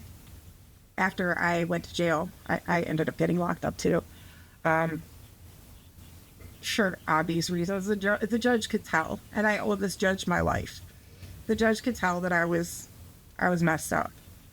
So instead of letting me back out, he gave me 4 months locked up in Outagamie County for resisting an obstruction. Unheard of. Nobody goes to jail for that. Nobody. But this judge sentenced me to jail. He was trying to help me get clean. I got out, went right back to it, except I didn't totally let go. I didn't want to lose myself again. So fast forward another year, and I was like, my kids basically said, you've tried rehab, because I had gone to, outpatient, whatever, a couple of times, hated it, never went back, kept using. And Sangasha, my day one, my baby, got all of his brothers. Man, I love my kids. Got all of his brothers to tell me that if I didn't quit, go to rehab, and make it stick this time, I was dead to them. And they were dead to me. They said, do not contact them. Hard intervention. Yeah. Yeah, do not contact us. We want nothing to do with you. Bye. And I went, oh, okay, I can do that. So I went to, I'm on probation. Obviously, they are going to test me. But I also went to IOP, inpatient therapy. Intensive outpatient therapy. Went there and met the most amazing IOP instructor I will ever have the pleasure of meeting. She made me want to stay clean. I went thinking, they're not going to know. I'll finish this shit and I'll just start, I'll go back to using, but I'll only use on the weekends, or I'll just only use when I absolutely have to. But she actually made me want to stay clean. I finished my probation. And then she's like, well, you have my IOP counselor. It's like, you have the option of either going ahead and doing the aftercare program, or if you think you're strong enough, we can let you go now. Yeah, but you can be done. And I'm like, yeah, no, I'm going to go right back to using. I need to do aftercare. So I did the aftercare program, did all that, and I finally started working on the relationship with my kids. And Roy. Yeah. You're smiling when you say that. No, I love him to death. Like, he is still my best friend. Always will be. So he never moved on? No, He's never taken another woman? He's tried. but Katrina says love. I just won't leave. No, I think Poor guy. I think Roy really, I mean, when you see the two together, you can tell that they have Yeah. an inseparable love. Yeah. He won't say it to me anymore, which I can't blame him. And he has said to me, you know, it's going to take a long time for me to trust you again. And I'm like, I get it. I've only actually been working at my relationship with Tim for like a year. Yeah, like a year. So obviously it's going to take some years because this destruction, this hurricane that is me, did not just... It's not you, it's the disease. It's for the most part. Yeah, but the destruction didn't happen overnight. It didn't just all of a sudden happen. Sure. It took time for me to destroy my whole life. So obviously it's going to take time to fix my whole life. I just said that because he was telling me about, like, a person. But He's like, Did you see it? Did you see it? yeah. Okay. But You saw it. yeah. Bye, Tony. I'm out here. We love you. Poor guy. Literally, like, jaw dropping. Like, I can't believe that this is your story. Like, and this is the first time I've ever heard the entire story. I've actually had Rain message me and say, this is a very sad story. Yeah. But it's not totally sad. I mean, yeah, a lot of it is sad. A lot of it. But I do have an amazing relationship with my kids again. Awesome. Except for 2 years ago, one of the twins, the one with all the disabilities, he passed away. COVID sucks. But he passed away, and my relationship with the rest of my kids is good, except for Dustin. The stepson. Yeah. His biological mother basically threw him away. she didn't want him to begin with. So it was he had a really hard, mentally, he had a really hard life.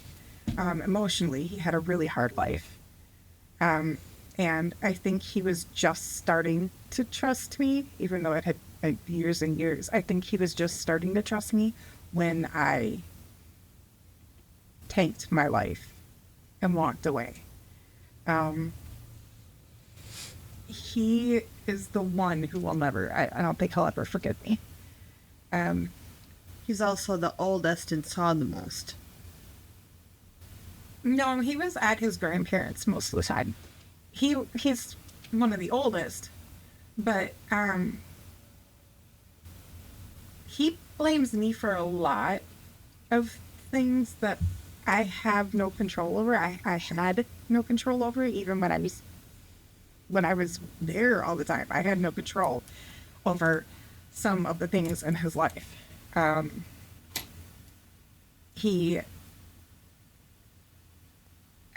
think because his biological mom left, and then he's like, well, you chose to be here, and then he walked away, so you're even worse than her. Which I get. I totally get. But I also am at the point where there's only so long I can be held in limbo, waiting for this kid to forgive me. And I have apologized a million times, and I have done everything I possibly can to get him to forgive me and to make sure that he understands, that I'm sorry. Again, you caught him. Huh? No, Did you catch him? this time he tossed. But no, He's trying to tell somebody to get off of her phone. I'm gonna look at that message. Let's see if there's a message. I was going to throw a grape at you. And he said no. but no, I think it's just going to be, he's either going to forgive me or he's not. He's got to go, he's got to deal with it himself in therapy, and figure out why he blames me for literally everything that goes wrong in his life. Because I can only take responsibility for what I did. I didn't do that. Am I sorry for doing everything that I did? Obviously, or I wouldn't be here. But I'm one of the lucky ones too. Most people don't get to. So how many times did you actually, you were supposed to be dead, but made it? One Okay, time? so once when I did acid, because they weren't gonna call the ambulance either. Once when the accident, Zangasha in the Dremel. yeah, but that wasn't. I didn't really almost kill myself. It was just cutting myself. It was just cutting myself. And she would, from here all the way up to here. She was cutting. Yeah. She was cutting. Yeah. Yeah, it was literally going, I would almost say, Oh, no, hey, we got a phone call. Cool. Uh-oh. Get ready. All right. oh boy. Welcome to the Good Cronies. Welcome to the Good Cronies. Hi, girls. Okay, so what are the topics today? Katie? Yeah, this is. Oh, Katie, we have a guest, Katrina, and she's telling her story of what she's been through with drugs and boyfriends, ex-boyfriends, husbands, ex-husbands, her 6 children, and stepson. That's very interesting. I'll have to watch that tonight. Yeah. Right now I am doing my errand because my husband is home because he works during the week, so I don't have time to do stuff by myself. Oh, So I guess the care is, it's nice to have time to yourself as a mom. yeah. what is that? Good question. Hey, I don't get it as often as I do. I sometimes demand it. But yeah, we had a good day today. We went to the kids expo. Every year they have the kids expo in May. It's where people come from the community to come in to talk about information to adults, to the parents and stuff. I talked to SOAR. I talked to a lot of different places to help kids that are in need, special need kids. But the only thing that I was a little bummed about is they didn't have a helmets this year. Isn't that drugs? What? SOAR? SOAR. No, it's for kids that have disabilities. Oh, okay. I knew that there was something else similar to that for drugs. And then SOAR has a partnership with someone else that helps the siblings with kids that have special needs. So it was really, it was really nice. There was cops there from like Neenah and Appleton and Fox Crossing, and then there was a fire truck because kids can go into the fire trucks every year. It's always in May. It's always in April. Between April and May, it's an event every year they have. Nice. And then they have like karate, like the Karate Academy goes there all the time, and then they just have different people from different parts of the venue. And they have Boy Scouts, Girl Scouts. They have Birth to 5 there. They have just lots of stuff that's good in the community. They have a butterfly release thing every year in May. They have whatever, and they raise money to help kids in need for devices and stuff. For like talkers and stuff. So it's a really good opportunity for parents to go down there. And then they have like little games for kids to play, like little like candy or freebies or whatever they get for doing things. Nice. So I don't know. And then we went to Dolicious for their event, which was, we never went there before. So we tried different edible edible cookie dough, and they had 2 different vegan options. So people that are dairy, that have dairy intolerance can eat those. Nice. So and me and my son are lactose intolerant, so we have to be careful. Yeah. Well, You had a good day. I guess. What do you want to say? Sorry. Said it sounds like you had a good day. I did. It was busy, but it was good. Okay.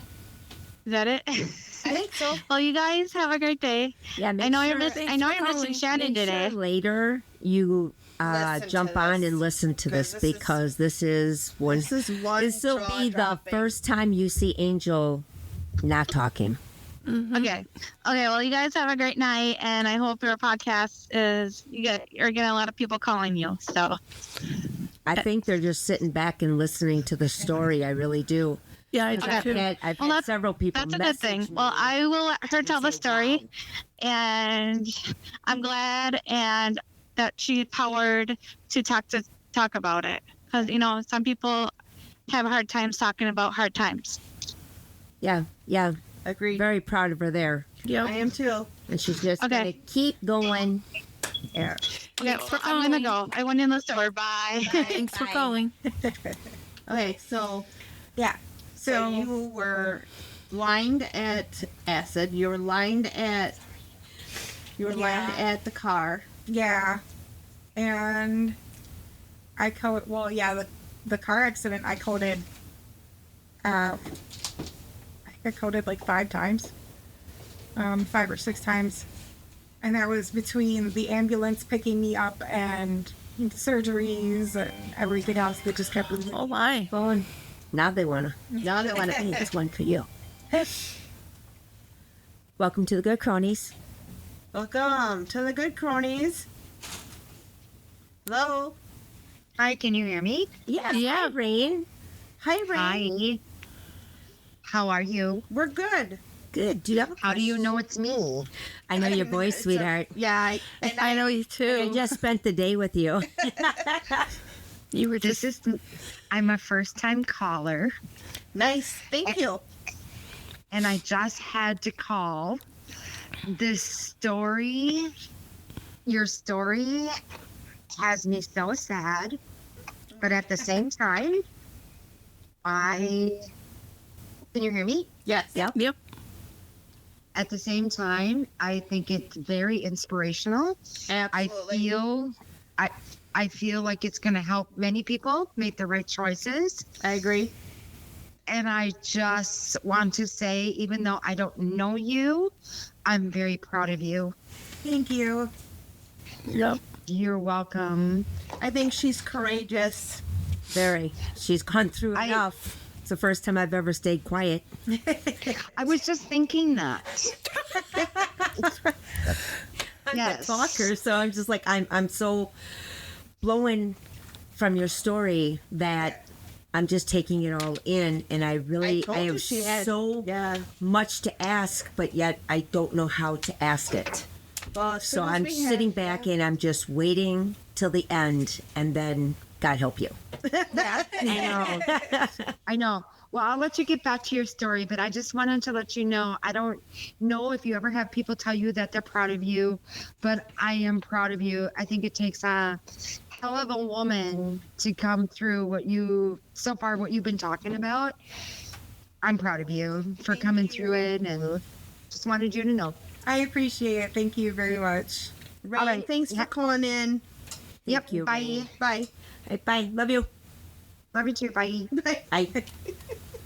Okay. Yeah. So That's my horse girl. Okay, perfect. Okay, yeah. So after the car accident, well, I know I OD'd once. But I had been shooting up meth, and then on top of it, I had my teeth in the accident have been shattered. And obviously they were already weak because of the meth use, but the accident just shattered them. So it was like little dinosaur velociraptor teeth. Just pointy, jagged, sharp, sliced my mouth open every time I moved my lips. So it was horrible. And that's when I came back in Katrina's life. Yeah. Is right at that point. She was just recovering from her surgeries. She was walking. She was getting clean. She was and that's when I walked back into Katrina's life. Yeah. And I had Garrett at the time, and one of the boys lined up with their birth dates. Yeah. And we started doing like fireworks together. Yeah. Down in Menasha. We would do grill outs together. Yep. Even though I was really good friends with Katrina's mom, Yeah. and I stayed like on top of praying for Katrina and just knowing what Katrina was going through, but I totally fell out. Like Right. she left. Like I didn't know where she went. And this is like the first time, and I got goosebumps. Yeah. This is the first time that I've actually heard her story from start to finish. I hid it very well from quite a few people. But her mom never hurt. You never hid it from your mom. No. Your mom knew. And when I first saw Katrina and the thin hair she had, and Oh my gosh, yeah, my hair almost completely all fell out. yeah, and Was that because of the meth? Yeah. Yeah. and her teeth, and she showed me her gums, and her gums and her tongue were all cut up. And that first night that I was like, we got talking again,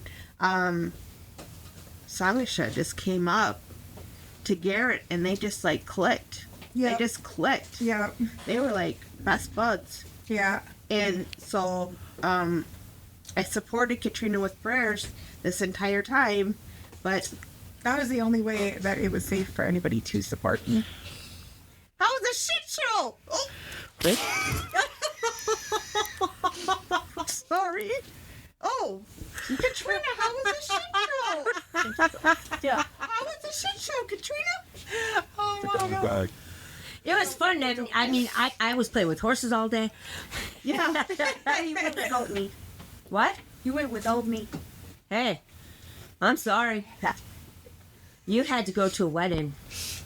Oh, yeah, by the way, guys, we're talking to Shannon. And she's she back. made it back. And she's wearing all purple. We can't hear you. Hello, everybody. Yep. Oh, damn it, we can hear you.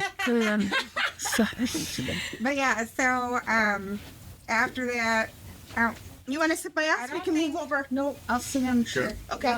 With my mouth being as bad as it was, I decided that since smorgasbord math wasn't gonna fix it Thanks to rain. or make it better, I did a little heroin on top of it, which killed the pain, but it also killed me. So they ended up hitting me with Narcan, brought me back. And I think I OD'd one more time after that. So you coded Yes. about 10 times. Yeah, probably Or more. Yeah, about that. No, about 10 times. 6, 7, 8, 9, 10. Probably about 10 times. Yeah, I didn't learn my lesson until a long time later. But I learned my lesson. And now I'm good. Yeah, she's got 6 years of sobriety behind her. Yay. Yeah, congratulations. Thank you. Yeah, I just miss Rain. She called in. She's so proud of her. I wish that it was easier to get sober. I wish it was easier to stay sober. Like now that I have years under me, thinking about using actually makes me want to throw up. Thinking about taking my life makes me want to throw up.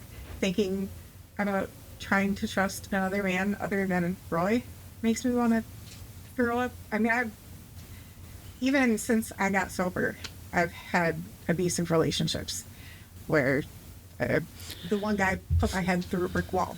So, literally, through the plaster into the brick on the, what would technically be the Outer edge. interior of the outside of the house. Yeah. Yeah.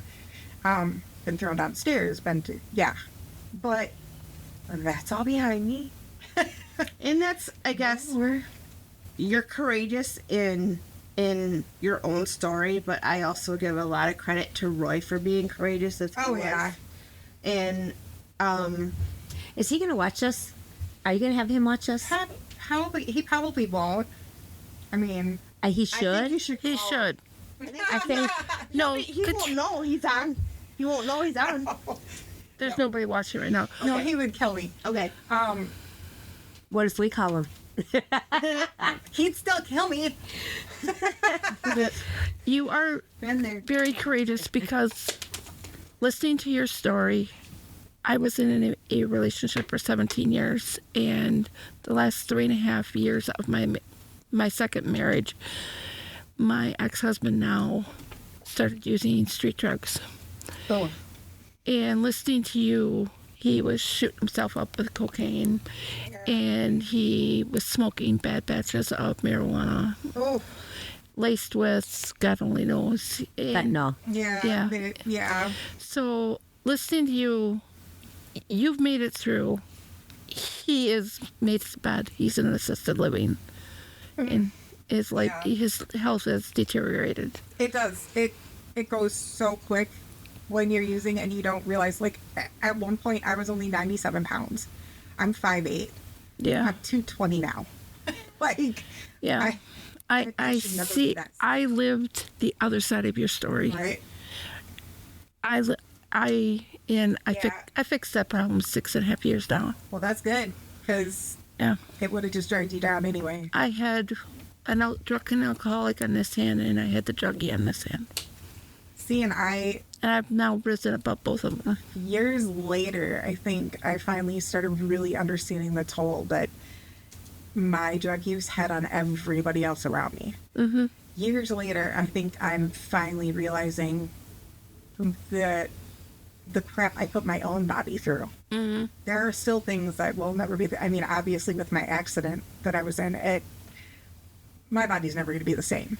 Mm-hmm. I can never ride a horse again, ever, because the potential to fall off or get bumped off or any kind of accident, it would paralyze me. So I can't do that. Had to sell my horse. I love my horse. Okay, that's not true. I hated her. But I love horses. She was a bitch. She cut me off, saw me laying there, purposely turned, and then went to go out because I rolled out from underneath her. And she purposely turned, saw me, and tried to stop me again. She's a bitch. We don't get along. I sold her. But Not my horses. My horses are good. Actually, they're reins. see, I love the Amish Percheron. That was my favorite horse to ride because the gait is so long that the stride is so long that the gait is so smooth. Like, I want to try again, but my surgeon better not watch this. So I'm not going to have her do it again. In case he is watching or does watch. But yeah, there are things that I'm not supposed to do. Like, we went to Arlington Cemetery, and I was like, well, if all these people, you know, suffered through what they suffered through, I can walk. Well, I walked it, and then I paid for it later. Well, now my arthritis and everything else is getting so much worse, and we're going back to do it again because my youngest had a seizure during the trip, so he remembers nothing of the last time we went. But we're going to go again, and Roy is like, this time you're going in a wheelchair. Whether you like it or not, we're putting you in a wheelchair, or you're getting in a scooter, something. He's like, because, and my mom made it make sense. Because I've been fighting the wheelchair this whole time, anytime we go anywhere.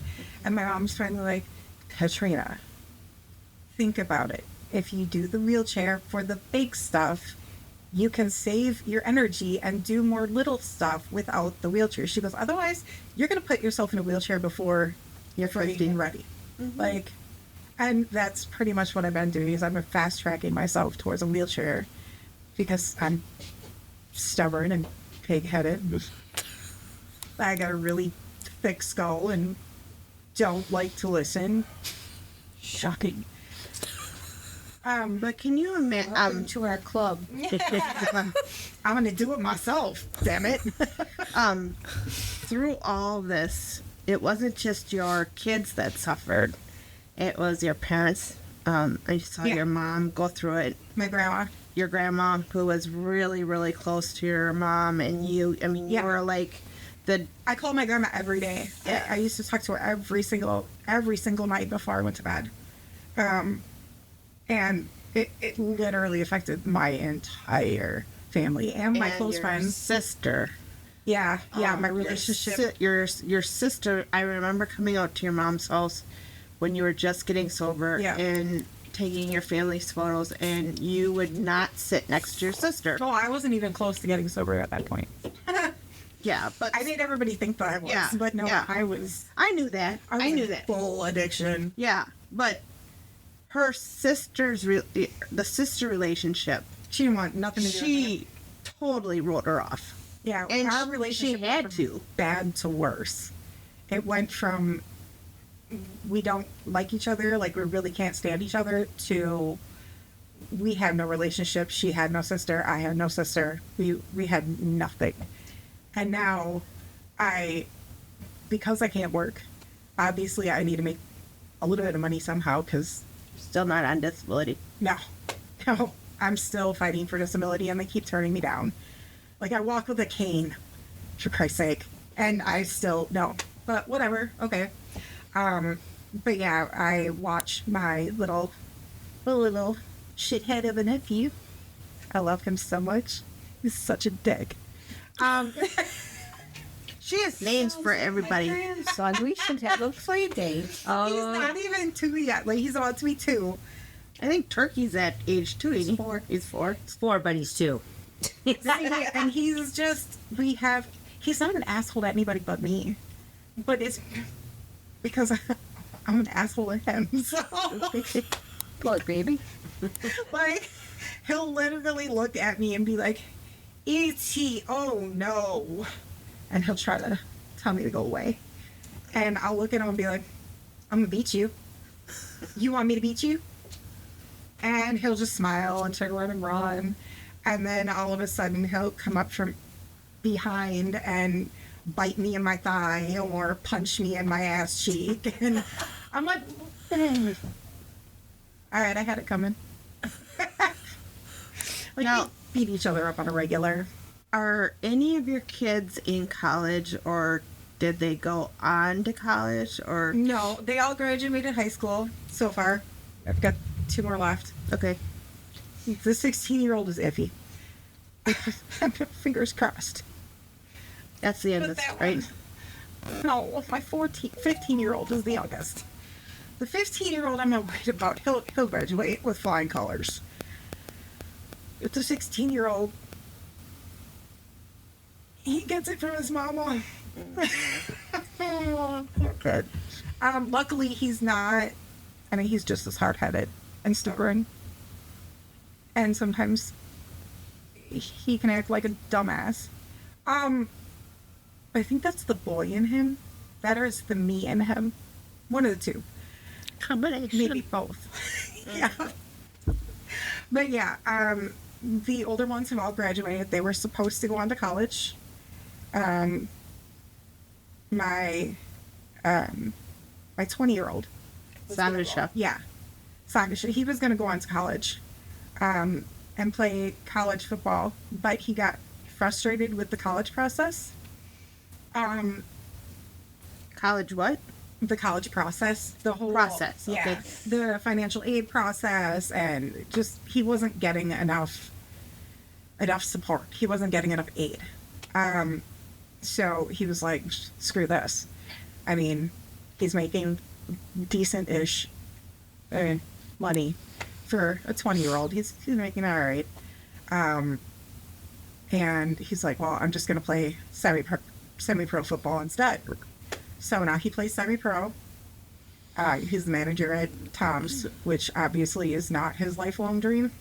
But Tom's also allows him to have off every Saturday for his football games and for his practices. So it's not like he can be like, oh, I'm going to go work at Amcor and ask them for every Saturday off. It's not going to happen. Right.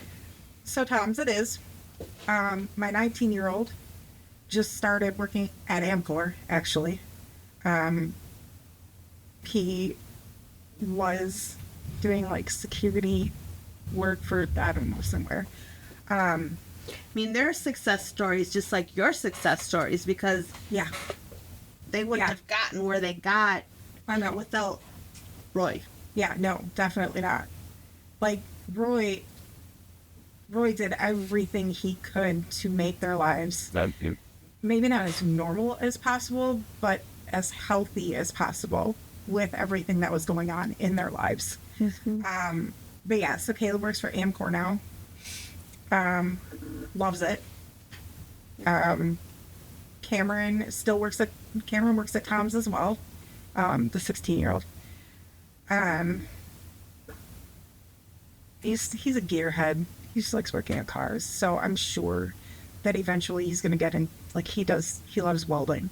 So he'll do something along that lines. Not too concerned. Mikhail has no idea what he's doing yet, as far as I know. He's probably watching this.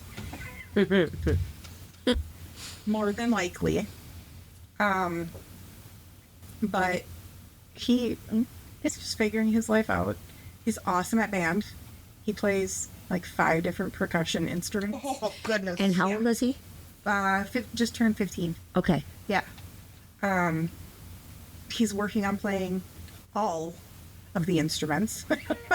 So he'll do his own band. Yeah. He picks it up so easily now that they have this amazing band director.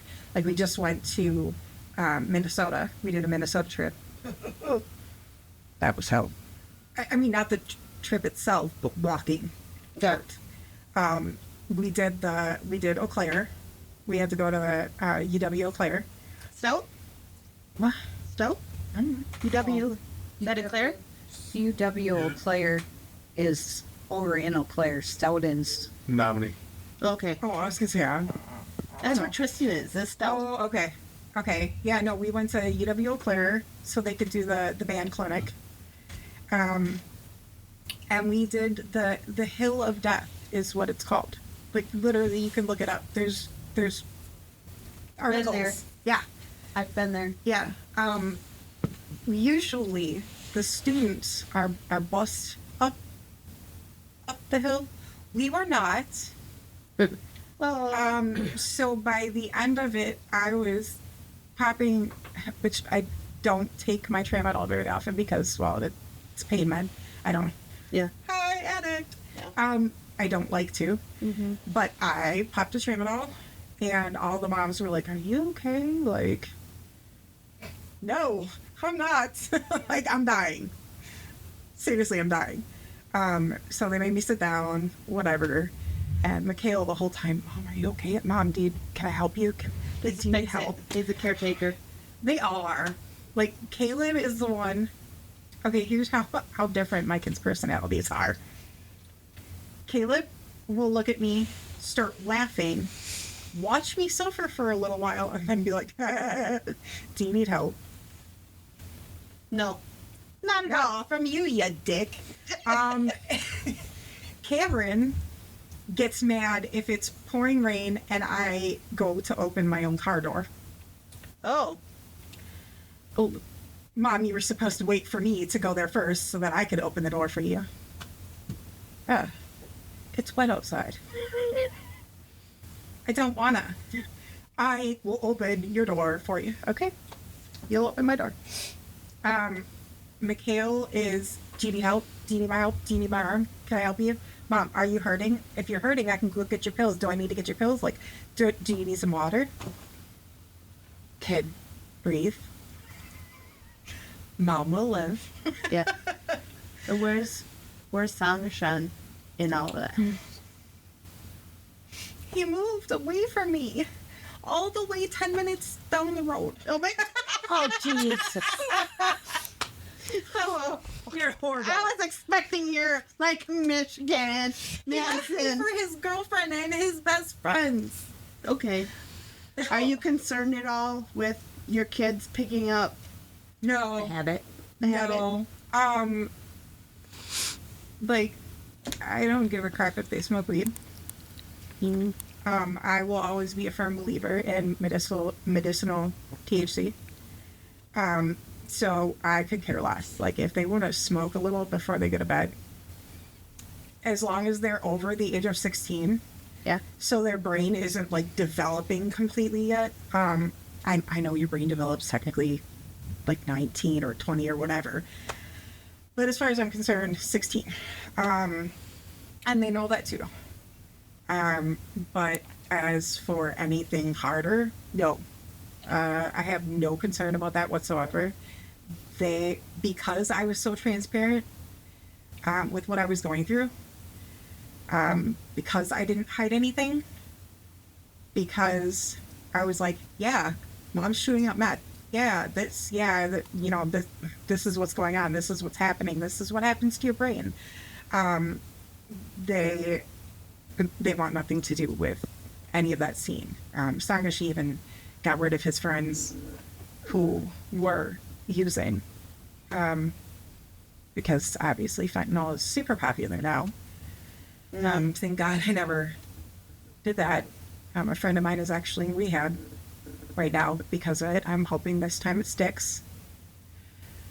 I'm praying because she's got 3 little ones, very little. And another friend of mine just did a little bit of fentanyl and did a little too much, and he died. So I went to his funeral. That is the last addict funeral I will go to, I swear. Because it's too hard. It's just too hard. But yeah, my kids know everything. So even to think that they would ever pick anything up, if you say anything to them, they will look at you and tell you you are out your frummy f***ing mind. They don't ever want to put anybody through what I put them through, which is how they put it. Which sucks, but it's good. Mm-hmm. Well, Tony and I were hit by a drunk driver. They know that. Yeah. And I think that's why my kids won't ever drive. Yep. I mean, Yeah, he actually called in last Saturday. Garrett called his dad. And he was actually live on the thing here because He the doesn't podcast. realize that Tony's number is the podcast number when we have our podcast. So we answered, and poor, he's saying, "Is my dad there?" Because he needed a ride just in case he overdrank. Well, he did, and that's when Tony had to take off and go get him, which was Nice. that's awesome. Yeah. So we gave Garrett thumbs up on that one. See, that's my kids too, and all of their. Okay, so now I'm that mom. I don't know how many kids I have. I know how many I've given birth to. I don't even know some of my children's names, but they know mine is mom. The friends of the kids. Yeah, yep. You're the we have adopted those. mom. Yeah. We have those. We have those. I have those that call me and say, "Mom, feed my goldfish." Yeah, yeah. And then I say, "Where are you? Where are you?" That's her And I quote go word. pick them. I go pick them up. No questions asked. I Nice. might be mad as hell, but I won't say a word Yeah. because I'd rather go pick them up than them drive. Right. And even still today, my kids are 29, 30, 36, Yeah. and Yep. they know they can call mom. Just call I me, gotta yeah. say, feed my goldfish, and I'll say, "Where are you? I'll come get you." And this way, their friends don't know. Yeah. Oh, they're calling mom. Yep. Ah, that's a good one. See, in Feed the mine, goldfish. it's go ahead and bring the alcohol here. You guys can party here, or if you're going to your friend's house and you're partying, just call me if you need a ride. I'll shuttle everybody around, but I need to know ahead of time so I don't take my share of woe, because otherwise you're SOL. Call your dad. Go ahead, I dare you. Yeah. But yeah, they will all call me no matter what. They had a party at my adopted daughter's house, and they were telling the group of friends that about this code word, and none of the friends believed it. So they called me in the middle of the afternoon, and I immediately said, "And where are you?" And the whole crowd went quiet, and because they didn't believe it. And they said, "Oh, this was a test. Our friends didn't believe you say, 'Where are you?'" Nice. And yeah, See, in Saga, she used to, like, there were a couple of situations where his friends were like, "Oh, yeah, can he," or I thought they were his friends, "Oh, can Sonny hang out with us later? And, we're going to go here, we're doing this, or we're doing that." And I just kind of looked at Sagasha. Like, I mean, I guess. I don't see why not. And Sagasha and I walked into the gas station because I had to stop for gas. And Sagasha said, "Yum, tell him something came up. Can you just tell him you said no?" Like, all right. So I walked out, and I should have known, just based on the type of people they appeared to be. I should have known. But so I went out and, "Hey, you know what? I forgot. I'm supposed to go watch a movie with all the boys tonight. Tonight is our movie night. So y'all are going to have to wait because I'm going to keep signing shit for tonight." "Oh, all right. I guess, yeah, that's okay." And then the next time he's like, "Hey, if this person, or this person ever show up again at the house," he's like, "I'm not home." Got it. Okay. But, I'm glad that we have that relationship now. Yeah. It just took A long time. a lot. It took so much to get here. So long. I know 6 years isn't that long, but it's long. No, it's long. In your When- story, it's long. But when you don't have that relationship with your kids for that long, I think our relationship, my relationship with my other kids, finally got to the point where they trust me now. They know that I'm not leaving. They know that they can trust me. They know that I'm there no matter what. I think that was 4 years ago. So I get the call from my big kids that are 20, in their mid-20s and early 30s, and they're like, "Well, let's call Lori. I don't drink. Let us call Lori. We'll call Mom." and then my stepdaughter, who I watch kids, her kids, and she'll go, I'm getting to Lori first, so she's got the kids, and you're all out of luck because I can't get all the kids and their butts in the vehicle. She's got 4 kids, and the 5th one's on the way, and I can't get all 3 of the big adults and all Yeah, the but kids. the older ones could probably, for that short a time, watch said- the younger ones. She won't do it. I get the 2 12-year-olds yet. They fight 2 12-year-olds and a 8-year-old. And 5 minutes? they fight. Okay, we have 5 minutes. Okay, we're gonna open it for calls. Anybody that wants to call for questions for Katrina, or you go shoot your questions at Katrina. All those ones that you were holding on to. Angel Lord, You know what? I'm speechless.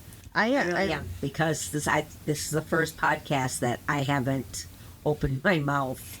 I'm the one that always engages and get everybody talking, and you've just thrown me for a loop because your story, I wish could have been my niece, because I lost mine.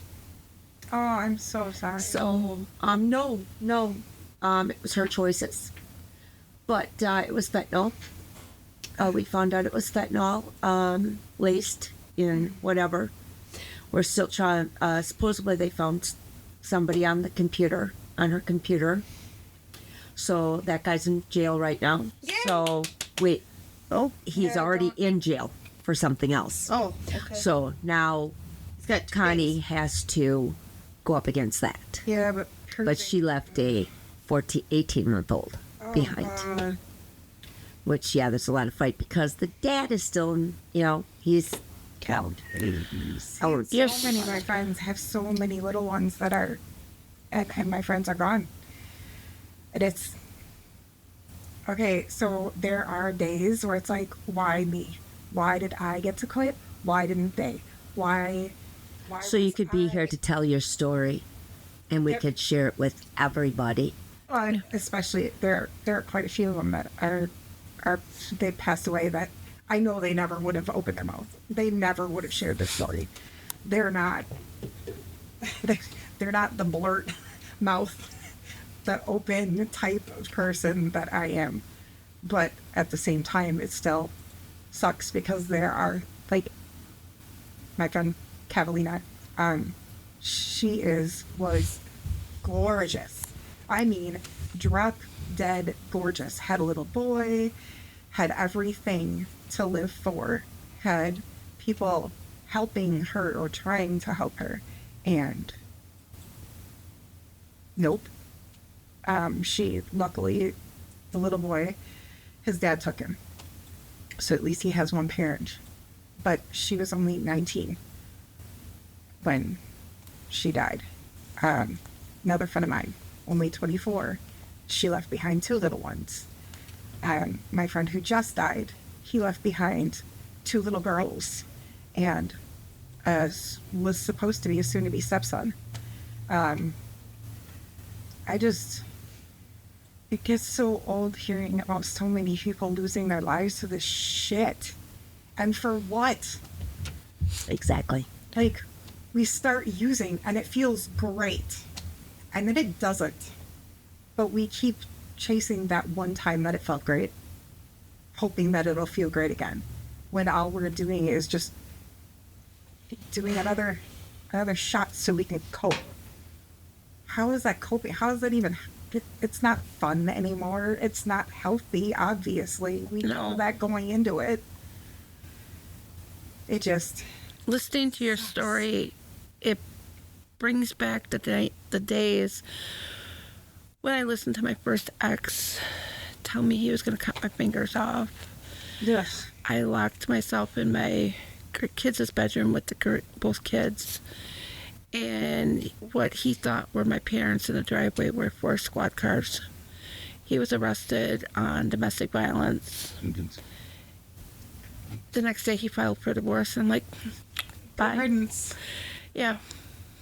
And it took me probably about 14 months of going to Al-Anon, and That's believing it wasn't me, Right. and believing that there was, realizing that I wasn't alone. Yeah.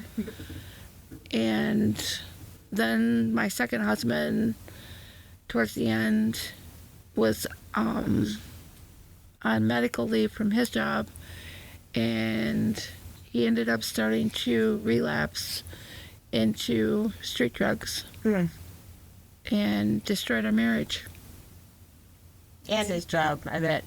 Well, he was on medical leave, so he was Is waiting for SSI to kick in.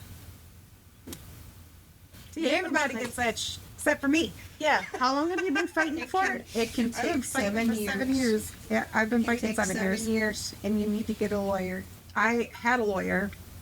It did nothing. No good. So I I'll don't contact Maria before we leave here. Her lawyer got her on it. know. Okay. So, Yeah, the last lawyer I had was Gary Disability. no, this It did is, nothing. these are the ones that are on TV, and Okay. they're good. They got her.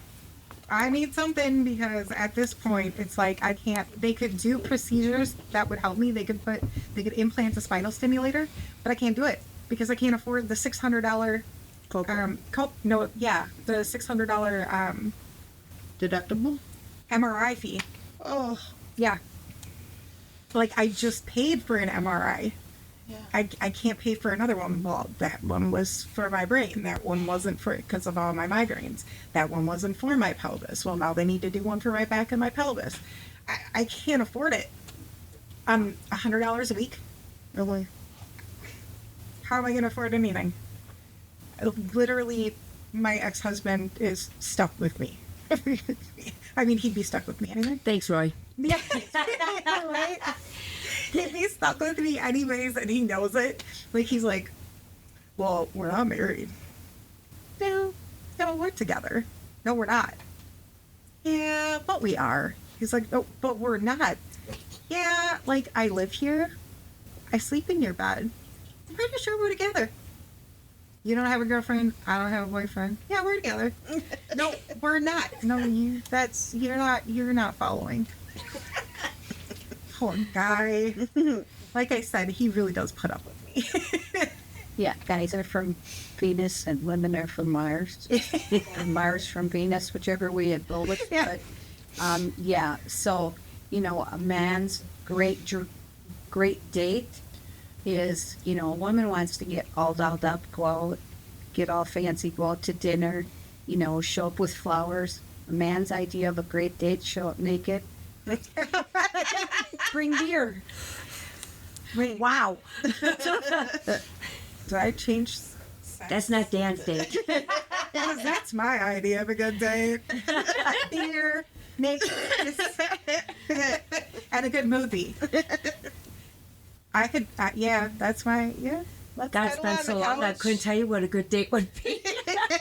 I just don't like leaving the house. Not having Danny right next to my side would be a good date. Like, it's like pulling teeth to get me to leave the house. Except for That's my husband. this. Like, dude, Come you join asked, us, it's not like I Mom. can tell you no. You could have, but I wouldn't let you. Yeah, come join us more often. Yeah, I now that we got kind of like the backstory of everything from you being a runaway all the way to now that you're actually in your kids' lives and an active role, and Roy being a husband. If he's listening, or if he does listen to this, you hear that? Haha. Yeah, Me saying that. right. That means it's true. I commend you, Katrina. I commend Thank you you. with your story, how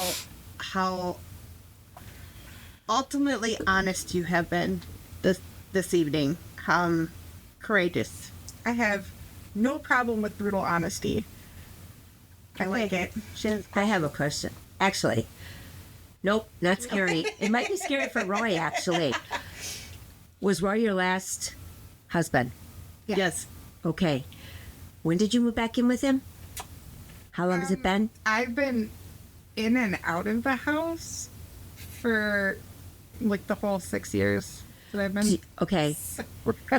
Do you know that in Wisconsin, I know this from a family member, if you actually move back in with your ex, it can actually flip the divorce?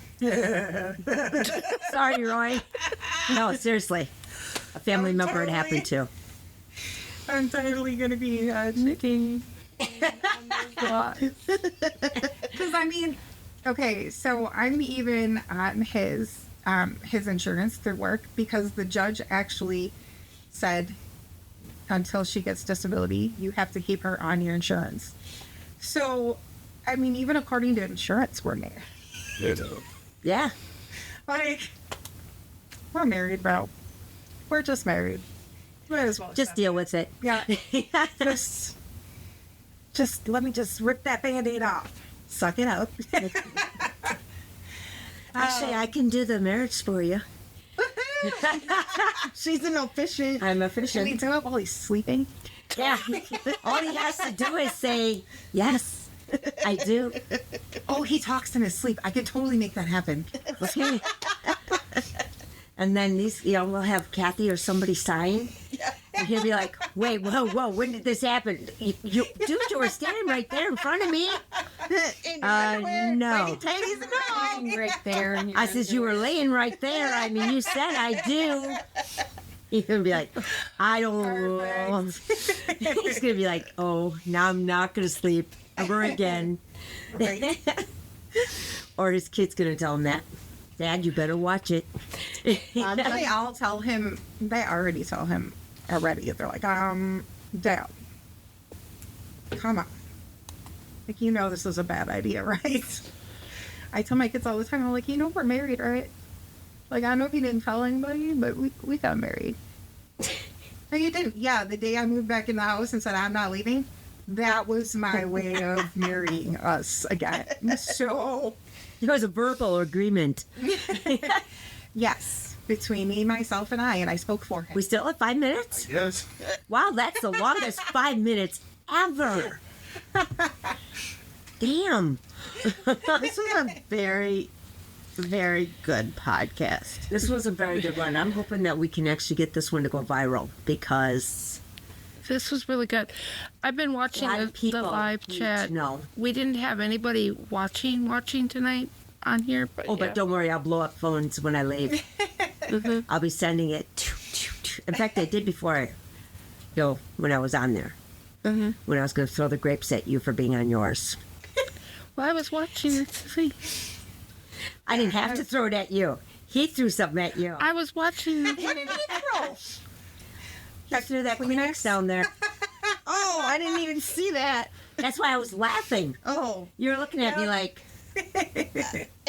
Katrina and I had something going on. For him right there. That podcast.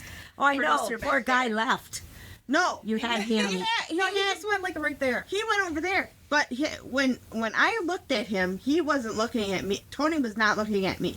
I looked at Katrina, and his mouth was like, He was really into the he was podcast. really into listening Yeah. to you. And I have not seen him that Engrossed. engrossed in a story before. Hello. And you were too tonight. You were too. I didn't You open were my also- flipping mouth all night, except to throw a grape at her. check her temperature. Yeah, I know. I'm the one that always engages, and and I had all these questions I was going to ask about it because of my niece, because you are a survivor, and Ask a bunch next time. yeah, Write 'em all I down. can say is I am so proud of you, like Rain calling in and saying she does not know you, Thank you. but she is so proud that you have overcome this monster, because it's a monster. Mhm. It's a monster, and it hits everybody in the family. Yeah. Yeah. Yeah, I can contest to that because when the kids would see him acting a fool, Yeah. passed out on the grass, and they're like, "Mom, we'll make him get in the house." I'm like, "No, he's a grown ass man. He can get up and come in the house." Let them freeze. Well, it was summertime, so he. Oh, damn. But they're like, "You gotta get." Rain. They were like, "You gotta get him up and get him in the house." I'm like, "This guy is 6'4", and there was no way I was moving him." Right. And I'm like, nope. Got you. He put himself there, so Yeah. good night. Yeah. You know, I just 2 minutes to go. took the keys from the vehicle and I said, I'm the I'll time. deal with him in the morning. Sorry. So how was your wedding? Well, it was alright. Was it cold? No, it was inside. We had a wood burner.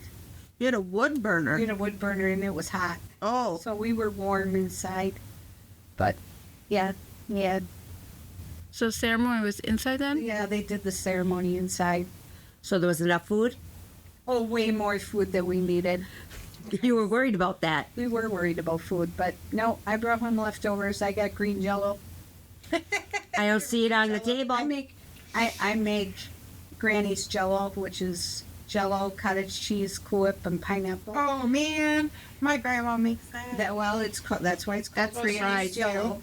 We got plates and we got spoons. Well, I left it all at That's Travis's right. house. What the hell?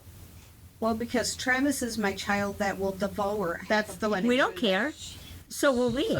Thrilled. Well, Yeah, in that picture she does. In What? The picture that She you looks took here, really. she didn't look very happy. Yeah, what was going on with that, man? She was pissed. Somebody. She. I don't know what she was doing in that picture, but She wasn't happy. the her daughter doesn't smile a lot.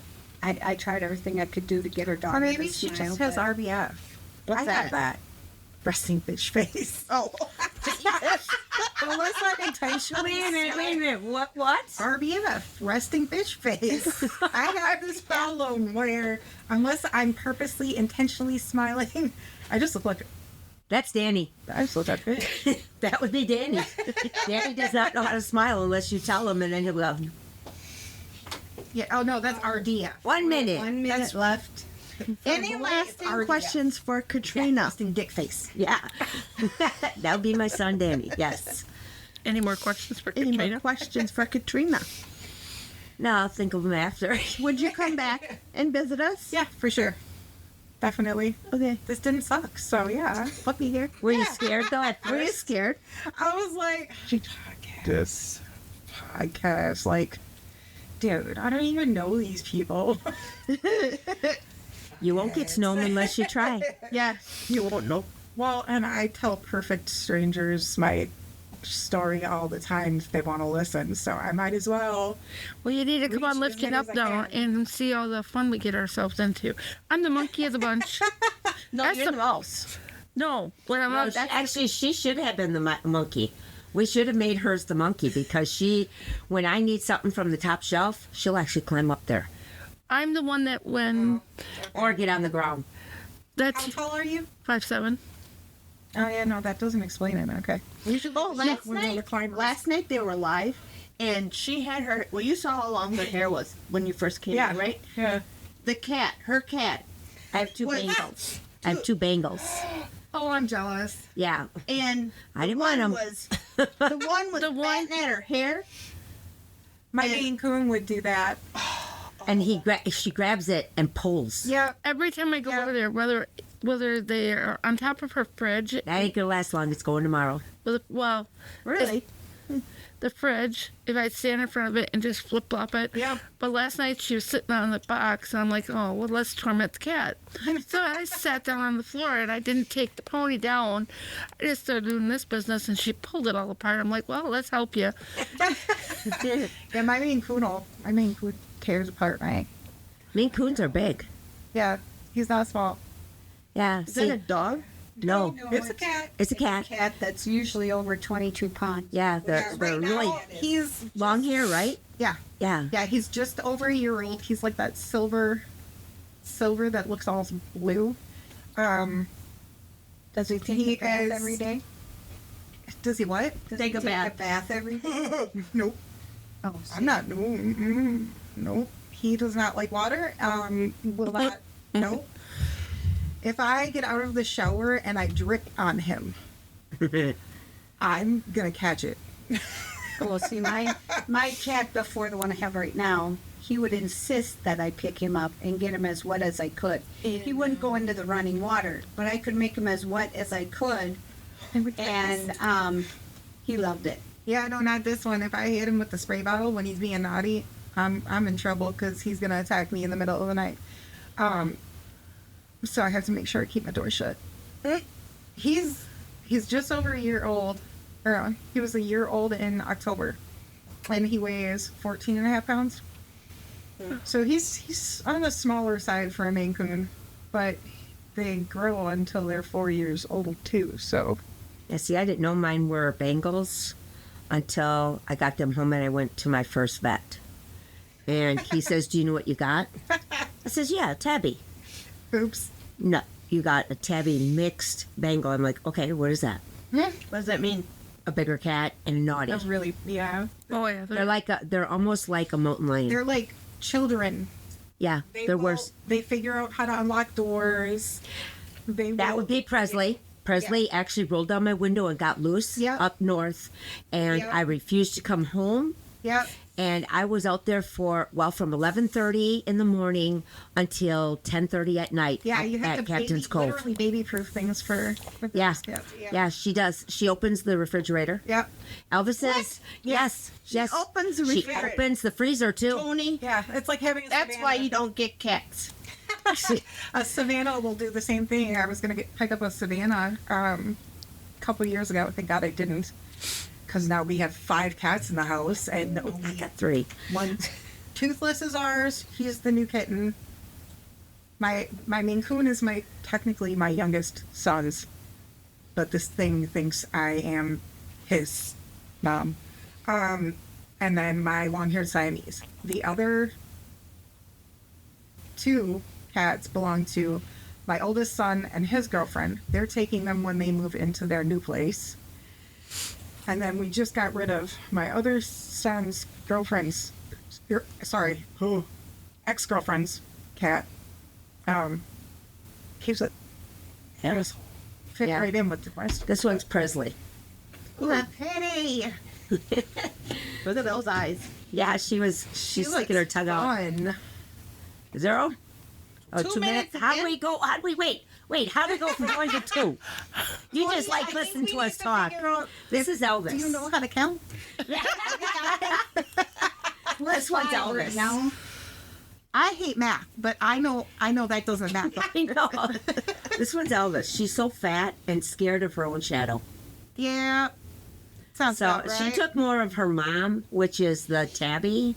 Okay. that's the The one that. dad is the other one. Okay. Somebody just pinged in, I think. Rain, are you still listening? Is Rain still listening to the Oh, I'm podcast? sure she is. We'd like to hear what you thought of the Sarah. entire podcast tonight. No, I'd like Rain to call in one time. Quick. I want to hear what she had to say for her. We'll give her like a minute, babe. I have. We have 2.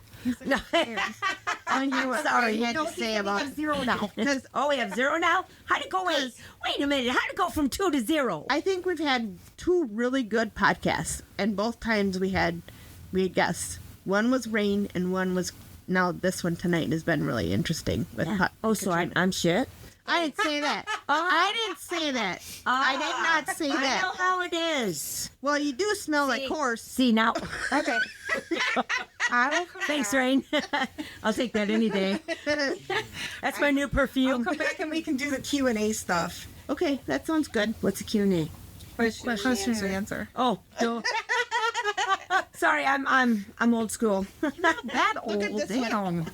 This one plays in my bathtub under my water. That's because of me. Yeah, these 2. All right, we gotta wrap it up. Okay. Thanks everybody for listening. We're gonna have Katrina back on for question and answer. It won't be until probably after football, correct? Football is over. I will let you know when his next off weekend is. We also, Rain, I'm putting you on the spot. We're gonna bring Rain back on. For her wreaths. And her husband, when he came home today, when I dropped that stuff, almost had a heart attack. He's just like, where did this come from? So, all right, guys, he's ready to shut us off. So, we're on 3. Have a good evening. 1, 1, 2, 3. from the good. Good cronies. Good evening. Good evening and goodbye from the good cronies. That's what we wanted to say. She did. Oh, I guess that. you did awesome. Bum bum bum bum bum bum bum bum bum bum bum bum